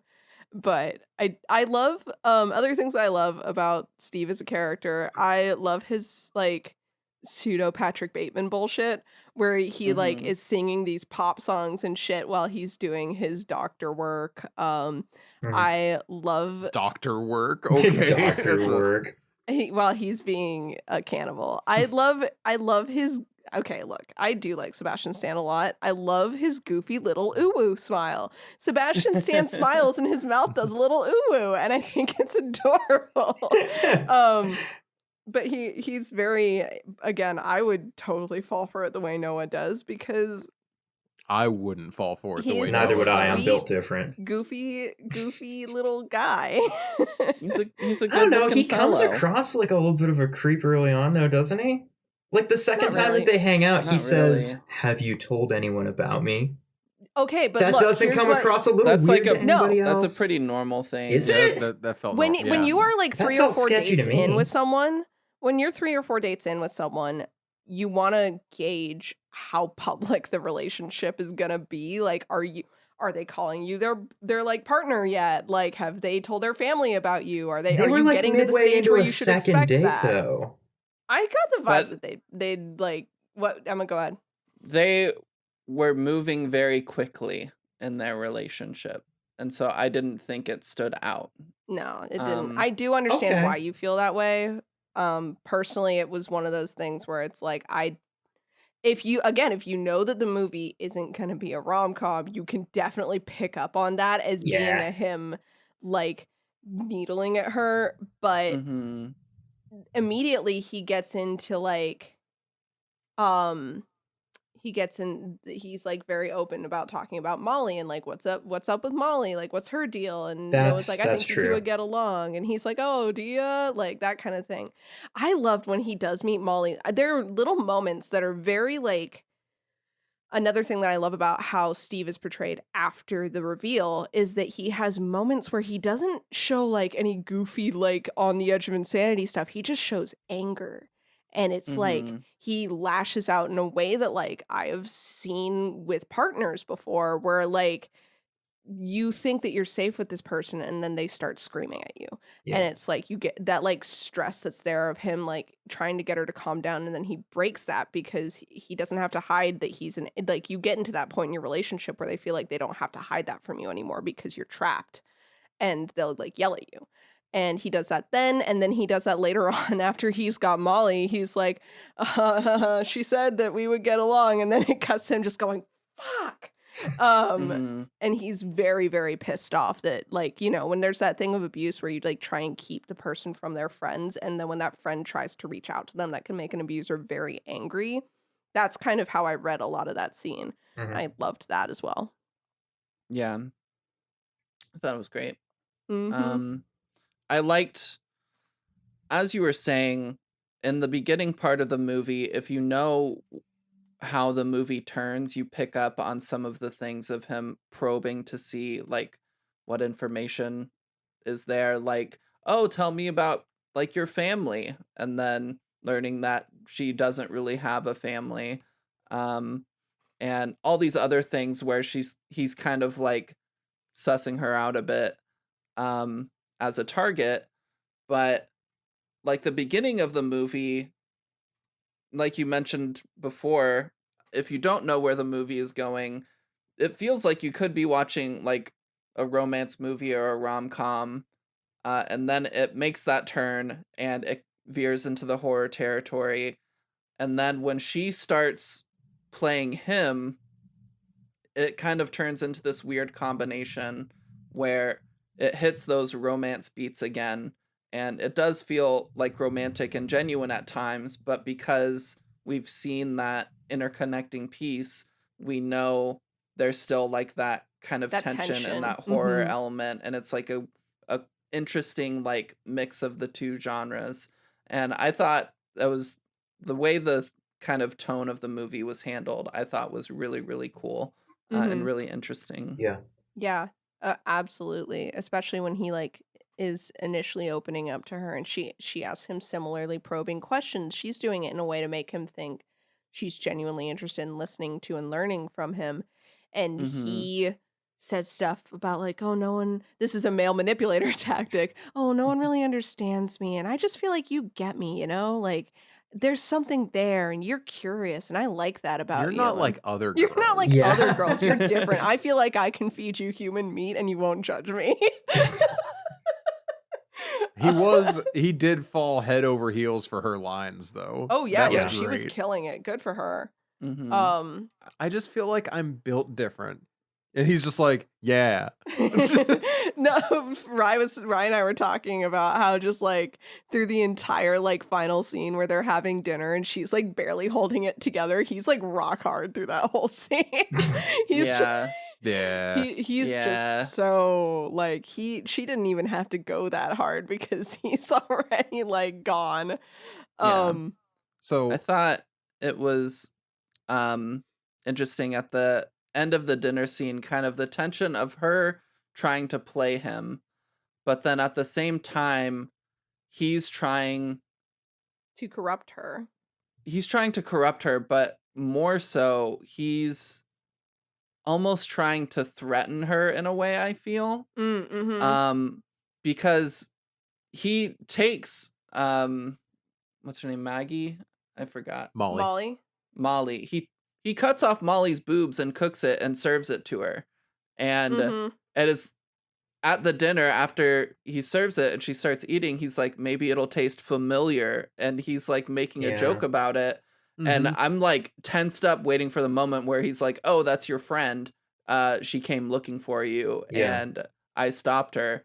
But then Noah totally diverts the scene by laughing at it as if it's a joke and then continues joking and moves the topic like away from that. Mm-hmm. And I thought the tension in that scene between those two like objectives was so cool. It was so Um well done, yeah. it was really well done. I liked it a lot. Because it does seem like he does kind of there's two things going on with Steve in that scene. On one hand, we see that he's definitely decided to cheat on his wife. If he can get away with it that night, that is his plan. And then we Mhm. also see that he doesn't necessarily fully believe that Noah is in this for him. He is trying to push her to see if he can find that line and get her to cross it so that he can call her out for not being genuine, because he lied to her and that was really horrible of him, but he doesn't see it that way. But now that he thinks that she might be lying to him, he's like, well, isn't that rude? I better make sure that she's not. And I'm going to literally press her and pressure her as hard as I can, which I think is why it's great that like those dance scenes mirror each other, one where he's been lying to her and one where she's been lying to him. Um, you know, Yeah. The dance they do is very mesmerizing. it is. I saw people complaining about it and I was like, you guys just need to get over yourselves. Yeah. So now that you mentioned his wife again, I'd Yeah. like to talk about her being like this woefully underutilized character. Yes. Because there's a version of this movie where we get to explore her a little more, and I don't want it because the movie would then be too long. And I loved this movie. I thought it was a great length. I don't want more of this movie. Mhm. But I do think that there is a lot more that we could gain from, like, she has one leg. It is very clear that she was one of his victims at one point, Yeah. and it is as such very clear that she is terrified that he's about to do the same thing to someone else that he did to her, not because she's afraid for anyone, because she clearly helps him do all kinds of stuff, but because she doesn't want to be replaced and Mhm. put right back on the chopping block. Yeah. Yeah, Mhm. 100%. And that's like Yeah. Ryan and I were talking about that one too, where it's Mhm. like the point of internalized misogyny is that you don't see that you are a victim of the same person that you're protecting. You don't even after he's dead, she doesn't like she pretends to get it. She's like, "Oh, we're free, we're free." But she is thinking about how she can continue to put these other women under her to raise herself up. And it's like, Mhm. you don't have to do that. There is a network there that you guys can all connect with. You don't have to be against each other. You can rely on each other. But she hasn't, whether she didn't have that when she was initially attacked by Steve and she's like jealous of it, or she's just really like that Stockholm syndromed into it, or whatever it happens to be, she doesn't see it that way. And therefore, she doesn't allow herself to like, she is afraid of being replaced. Even after he's dead, she's afraid of like losing what she has got going for her. It's just really interesting. And I do wish that like, while I don't know how they could have, I would have liked to see her explored more and better, Mhm. even though I didn't really like how she was used at the end there. Yeah, I think she was given the screen time she needed. Mhm. I It liked that you kind of get hints towards what happened to her and you can put things together. Like the little note in the magazine from somebody else saying like if you're reading this it means he likes you, like use that. Um and getting the sense that she probably read that too and she kind of played into his bullshit and survived because of it.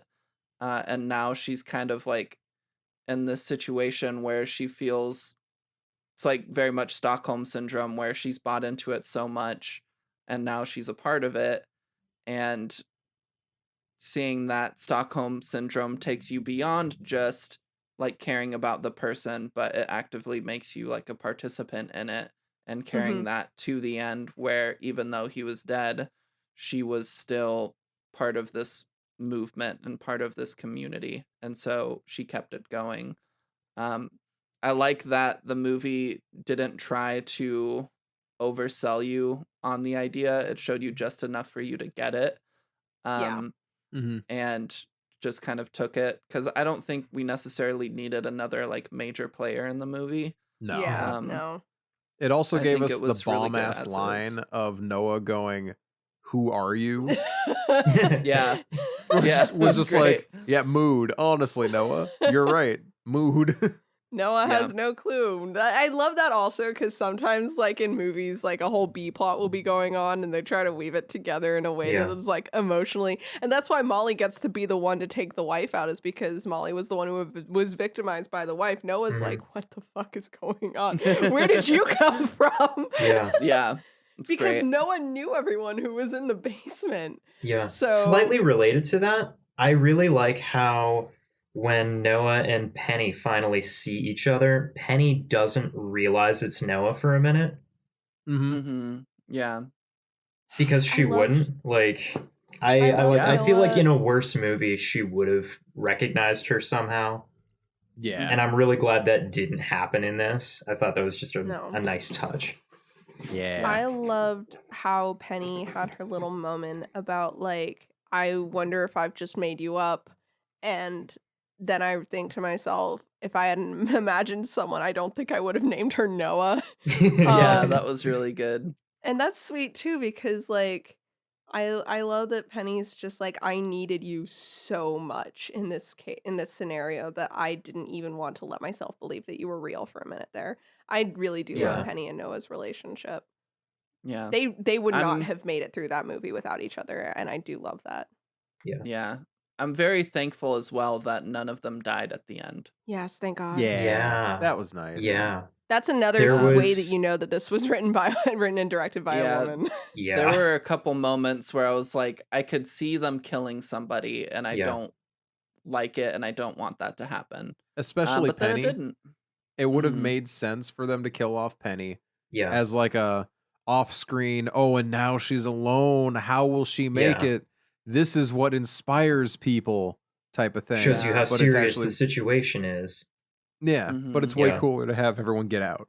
Yeah, Yeah, versus I like, was very not to glad. go back to P2, but the way that the women in this movie take revenge, they have to. They have to be doing that to get out. It is very clear that Yeah.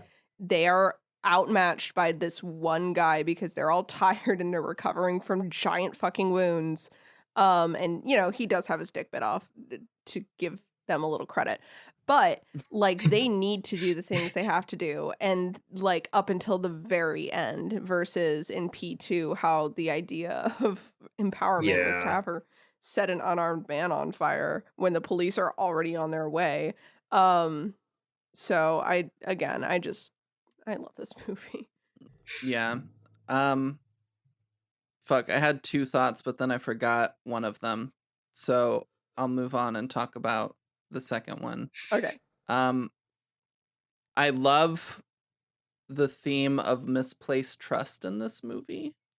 And that, like, that was one of like our triggers for her, and that the whole first third of the movie is her placing her trust in this guy, and we see some of the red flags and stuff, but then she doesn't see it until it's way past too late. And it's this whole him abusing her trust to get what he wants. And then mirrored later on in the movie, as they're getting down to sexy time, she goes to give him a blowjob, and he kind of protests at first, but then she like pushes him back down on the bed, and he trusts her, because getting a blowjob is a little bit of an exercise of trust, because humans have teeth. Yeah.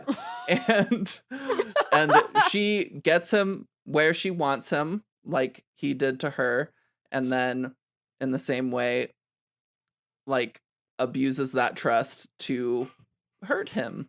And I thought that was beautiful. I liked it. The It's fact really that she does great. it by biting specifically as well is a Yes, nice Yeah. touch. very Yeah. important. They do a lot of really good parallels, and Noah's got a lot. I'm looking at Noah's notes in preparation for reading them, and Noah makes a lot of notes about shots with mirrors in them in the first third of the movie.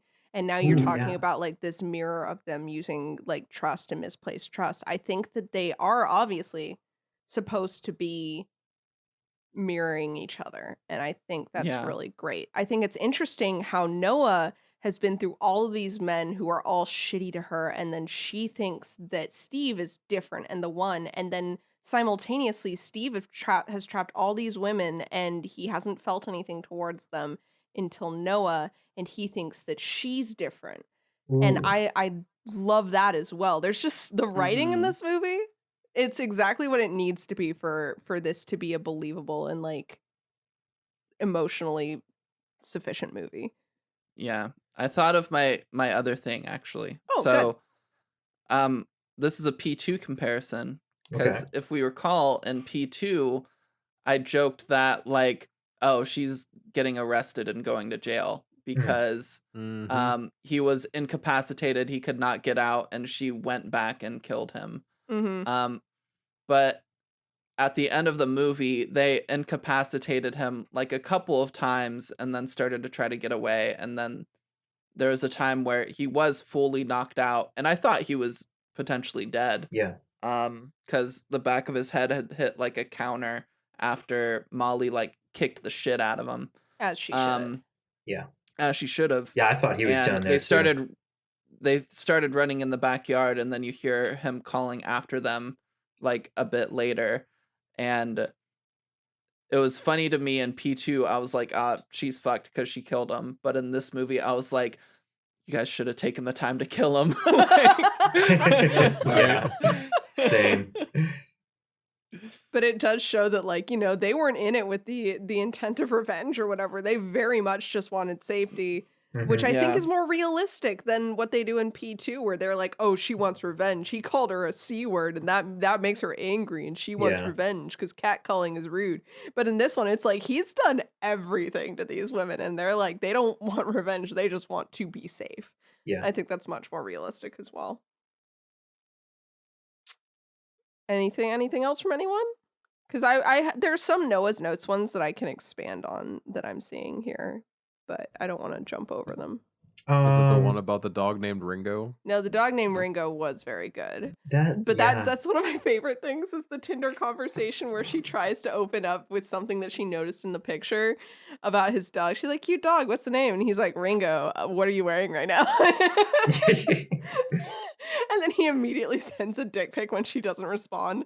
For the record, if any of our listeners is on Tinder of any gender, this should be such a no-brainer, but please try and talk to someone about the pictures that they've put on their profile for you to see in a way that is intelligent and meaningful, because the way that like I formed my one lasting friendship from Tinder was that he asked me about the art of myself, asked if I had done it, and asked where to see more. And that's how we ended up talking on Instagram. Not, this app sucks, we should move to Instagram. It was, your art's really good, I would love to see more of it. And we're still friends to this day. So like, please try and like treat the other person like a freaking human being. That, please and thank you. Can you imagine that? And if you already do that, this is not about you. You're awesome. Keep it up. Online dating sucks and it's hard. Nina made fun of me, so Yeah, I did. I mocked him directly, but I used something that he had given me that was very personal, which was his shitty beer opinions.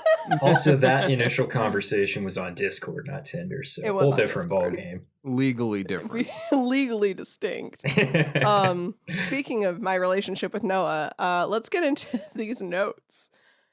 We're starting out strong with, I hope there's some ...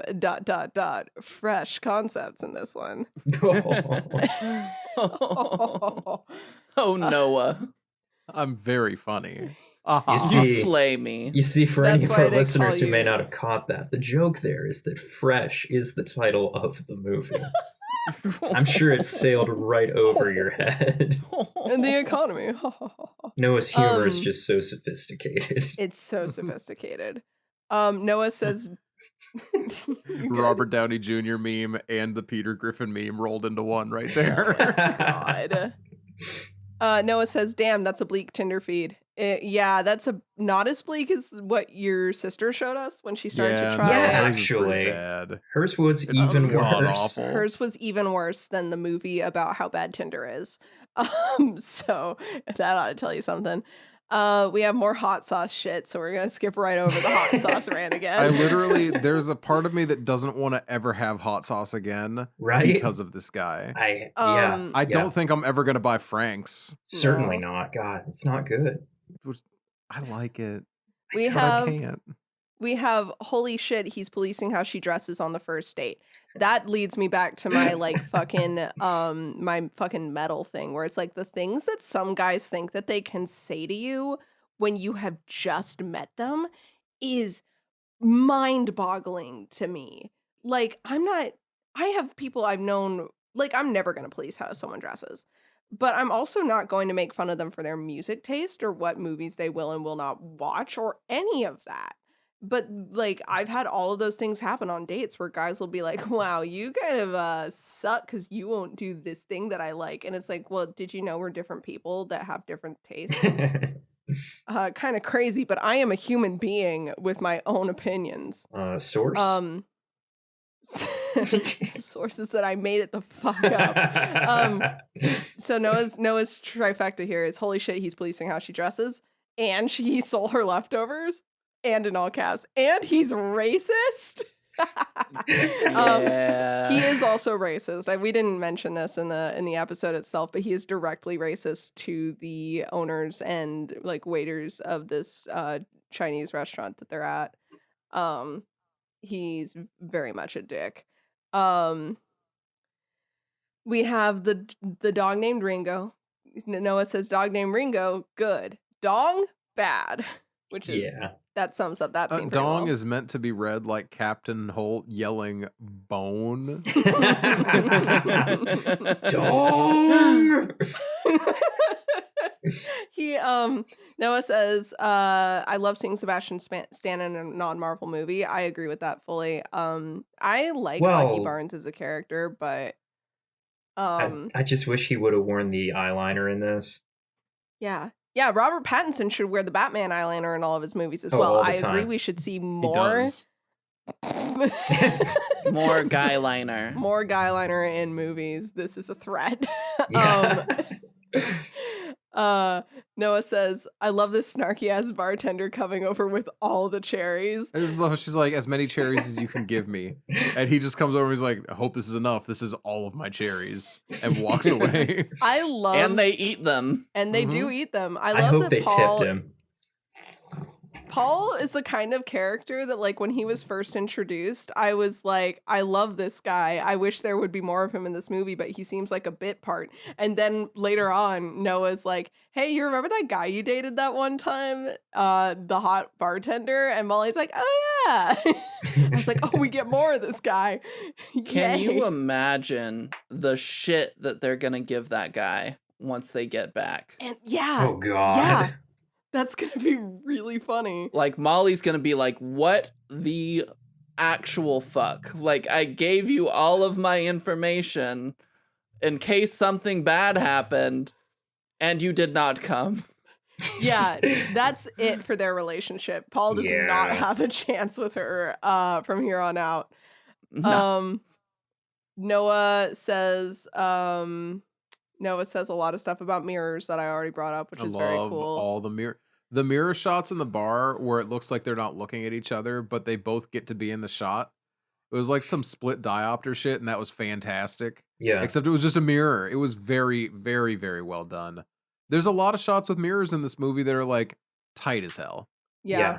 And like symbolic. the shot where I don't remember if Noah's in like the bathroom or something, or if she's brushing her teeth, but like you get this little mirror shot. It's a little round mirror on the wall that takes her entire apartment in behind her. Like everything she owns is in that tiny little mirror, and she's just there. And you get a really good like image of, oh, her life is pretty contained and there's not a lot going on here. Yeah. She's really kind of in a dead end situation at the moment. And it sets up really nicely for why she's like, I decided to step out of my box and do some stuff. And unfortunately, She happened to just walk in exactly the wrong direction. Could happen to anyone. And Yeah. I liked in that scene specifically how if you do know it's a horror movie and you do know that Steve's the villain, in that shot you might be kind of, because like we watched The Invisible Man and there are a lot of shots where you get wide shots of the entire room and you're supposed to be watching to see if the Invisible Man is in the room as well. So with that language of horror films in mind, when I saw the mirror that had her entire room, I was looking to see if Steve was still there. But Yeah. he's very clearly not, which That's what I was looking plays for as again well. into why he seems so trustworthy is because he doesn't do any of the things you would expect a guy in a horror movie to do. Yeah. Noah likes Molly's use of the word dickmatized, Yeah. which is a very good line.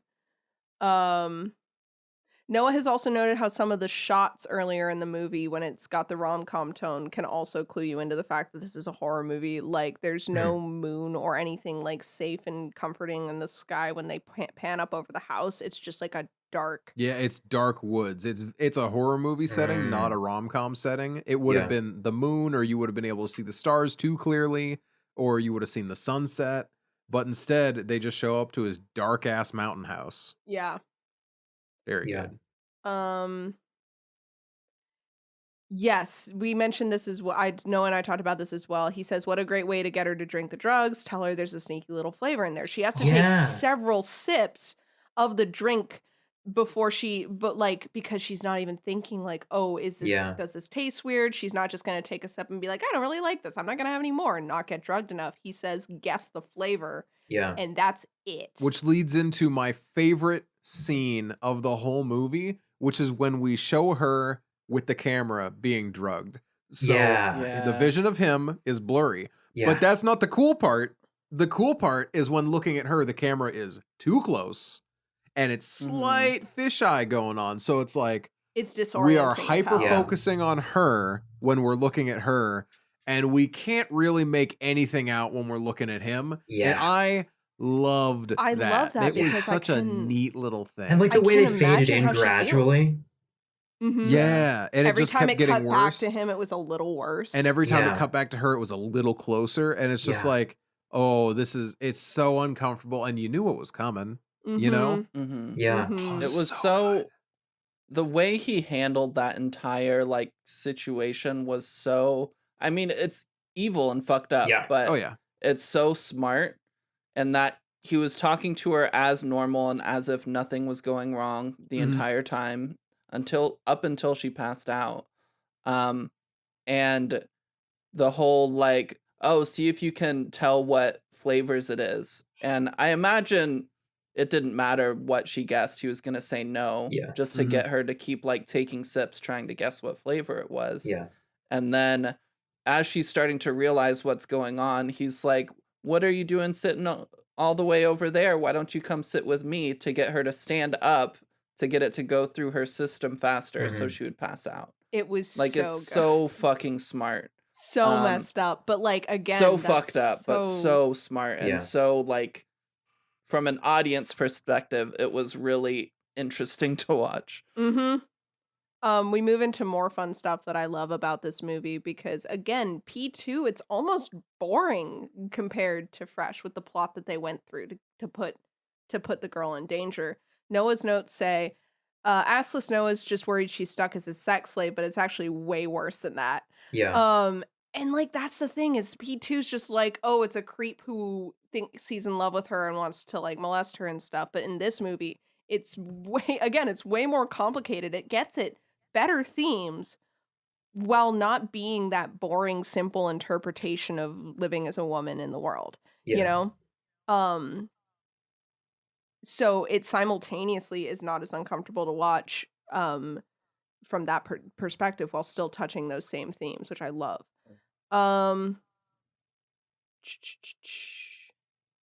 Noah says, boring ass waterfall pic Steve just sent to Molly, bet it's stock. And then literally the next scene, she looks it up and he's like, fucking hell, Steve, not even 3 pages into the search. It's a tremendous rookie move. It is. He really does fuck that shit up. Noah says, I bet he makes bank per person. Like, there's no way he's selling that meat for a reasonable price. It's got to be $1,000 plus a pound, right? Probably more even. You do get the answer in the movie. He feeds her a meatball, and as she's One eating meatball. Mhm. One He- meatball. one meatball over some like fettuccine, and as she's eating it, he goes, "This is a $30,000 meal." So yeah, he's selling this meat for upwards of $50,000 a pound. Well, Which what you're that not was not a realizing one-pound meatball. actually is that this movie takes place in an alternate universe where fettuccine is just incredibly expensive.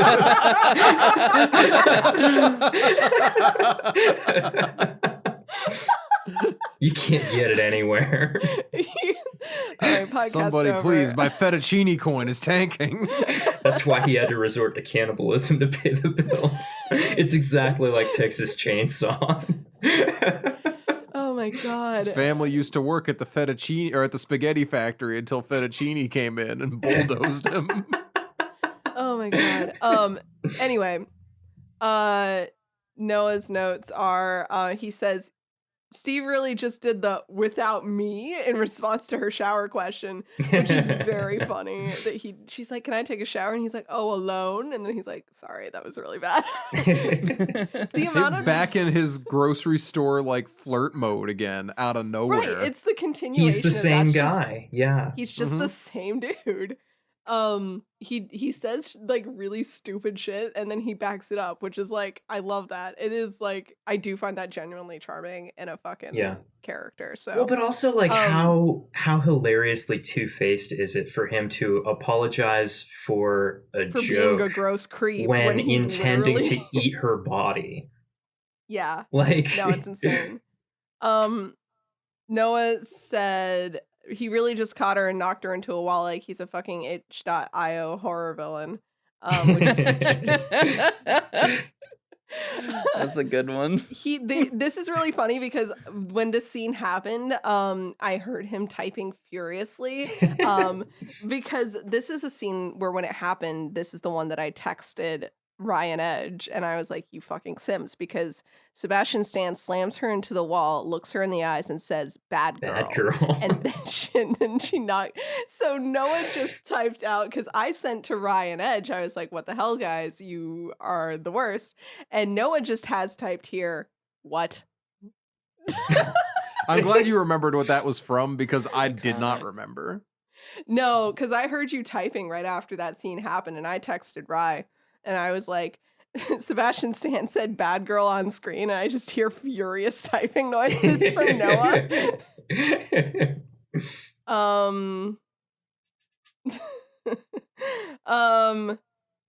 Molly out here really laying into Paul for his "not my problem" way out of helping, which is like I love that she really plays into him for that because he tries everything he possibly can to make an excuse for why he shouldn't be worried, down to again that Occam's razor thing we talked about where he's like, "Well, isn't anyone looking for her?" And Molly's like, "No one's looking for her." And he's like, "Well, aren't you gonna go to the police?" And she's like, "Yeah, right, because they're gonna help." And he's like, "Well, she's a white woman, isn't she?" And Molly's like, "Dude," she's like, Yeah. "I get it. I get the point you're trying to make. This is my friend. We're not having that conversation right now. This is not the time to get into that." We got a bunch of comments we've already been over already. Noah loves it when subtitles tell you that a character is urinating. He thinks it's very funny. There's nothing funny. The reason I remember choosing to watch Orange is the New Black at first was because the subtitle urinates forcefully was a meme that went around from it. I'm like, that's the funniest shit Is I've that ever where that's seen. from? That's where that's from. Oh. And that's so funny. Noah had a note earlier on that was a really bad Sean Connery Bond joke, and then later on in the movie they mentioned Sean Connery, and Noah was really Oh proud my of himself God. for that. Is the note, I drugged you, Mr. Bond? No, No? fuck. It would have been so great. No, She's it's just way like, worse. That's what she's that just like- scene felt like to me. And it's No, what the whole no. basement area looks like.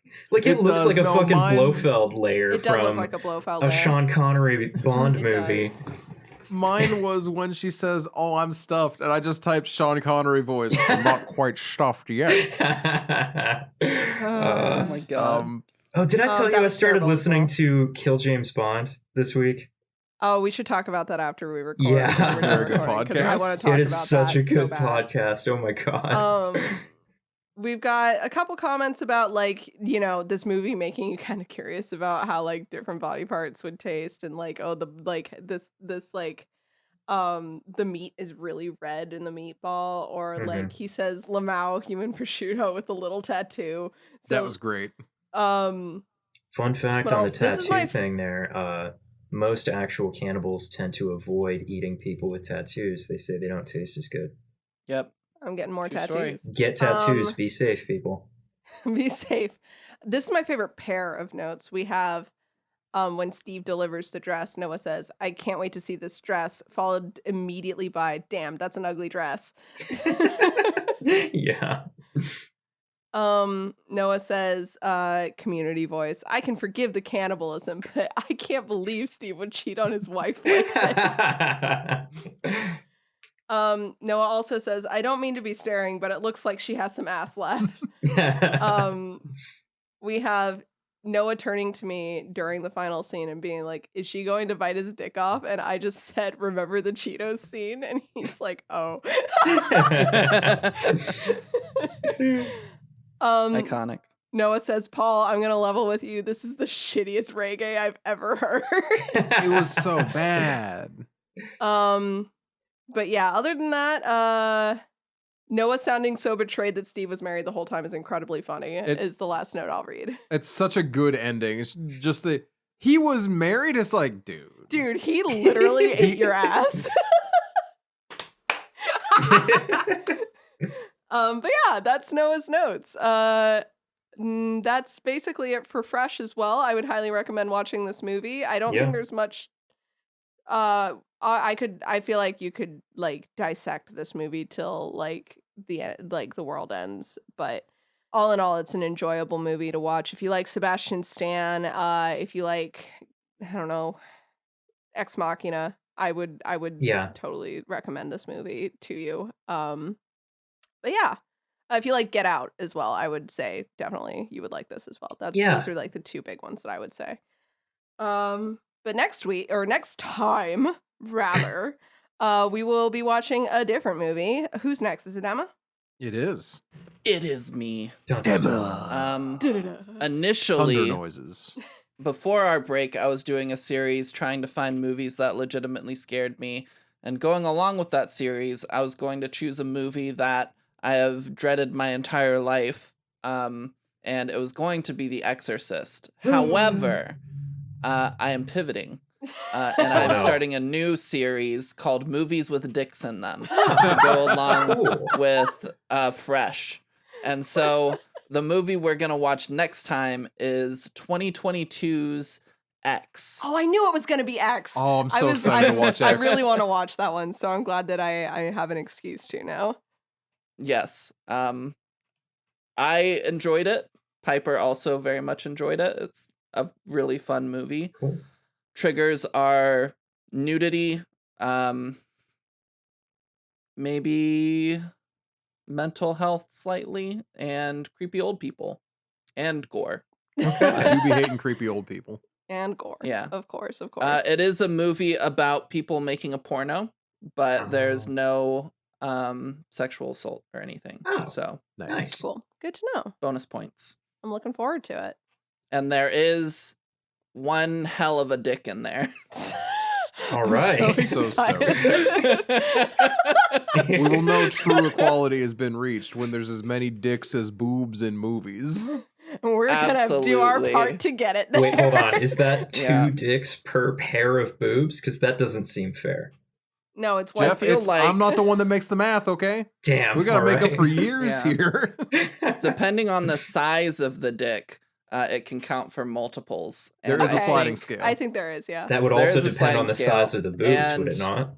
Damn, you're cracking this thing wide open. I We're think gonna have to there's really so look I much think more there's complicated than a it needs to be. there's an oversaturation of boobs, so it doesn't count so much. Okay, but fair that's but fair. Dick, But Dix can But kind Dix. of have a The compounding. 3 boob lady in And- Total Recall, unfortunately, is skewing the count. Damn. 3 boobs George or whatever the meme is.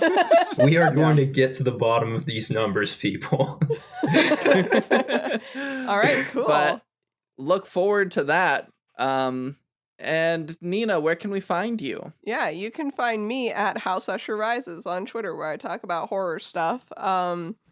I will be shilling the hell out of this podcast episode because I think it's really fun and I really love this movie, but I will also be retweeting horror art as I do. You can also find me at Nina Wolverino, where I post a lot more. I am writing a series of books, and I won't ever stop talking about that. So if you want to know more about that, that's where you can find me, Nina Wolverina, Twitch, Twitter, and Instagram. Perfect. Noah. Noah, you can find me as Bubba the Bad, BUBBADABAD on Twitch, Twitter, and Insta. I am posting spicy religion takes today, but I'll probably go back to just liking Elden Ring content very soon. Nice. Jeff. You can find me on Twitter at Bubba Wubbadab, which is spelled exactly the way that it sounds. Cool. That gives me the vibes of, remember in like kindergarten or first grade where you'd have a homework assignment where the teacher's like, imagine I'm an alien and tell me how to make a peanut butter and jelly sandwich. God and then damn, they fuck it up I wish I as had much gone as to they can. school. And oh yeah, you guys were homeschooled. Yeah, I can't relate to this story at all. You lost me at being that's in the thing. kindergarten. Point and You'll laugh, be like- everybody. They'll be like, oh, first you gotta scoop out the peanut butter, and then the teacher will like stab the knife into the peanut butter's lid. She's like, I don't know what I'm doing. What am I doing? And Yeah, the I point is remember the that. teacher will always mess it up because you're never specific enough. But Right. you just being like, it spells exactly as it sounds, makes me think of a kid that just wrote, make a peanut butter and jelly fucking sandwich on the instructions. And that's it. But hi, I'm Emma, also known as Emma Panada. You can find me on Twitch and Twitter at Emma Panada. On Twitch, I have a couple D&D campaigns going. On Twitter, I largely shitpost and troll my friends. I'm also writing a TTRPG called All the Witches. If you want updates on how that's going, you can follow twitter.com/allthewitches_, and you'll get updates and cool things like that. And yeah, thank you all so much for joining us this podcast season. Look forward to watching X, and we will catch you next time. Goodbye. Wait. Did we Oh, mention wait. the podcast Twitter? Oh, there's a podcast Twitter at Casual Horror Pod that I run, and Yeah. you can follow that. That's where you can get Goodbye. updates on all of this. Bye, everyone. Bye.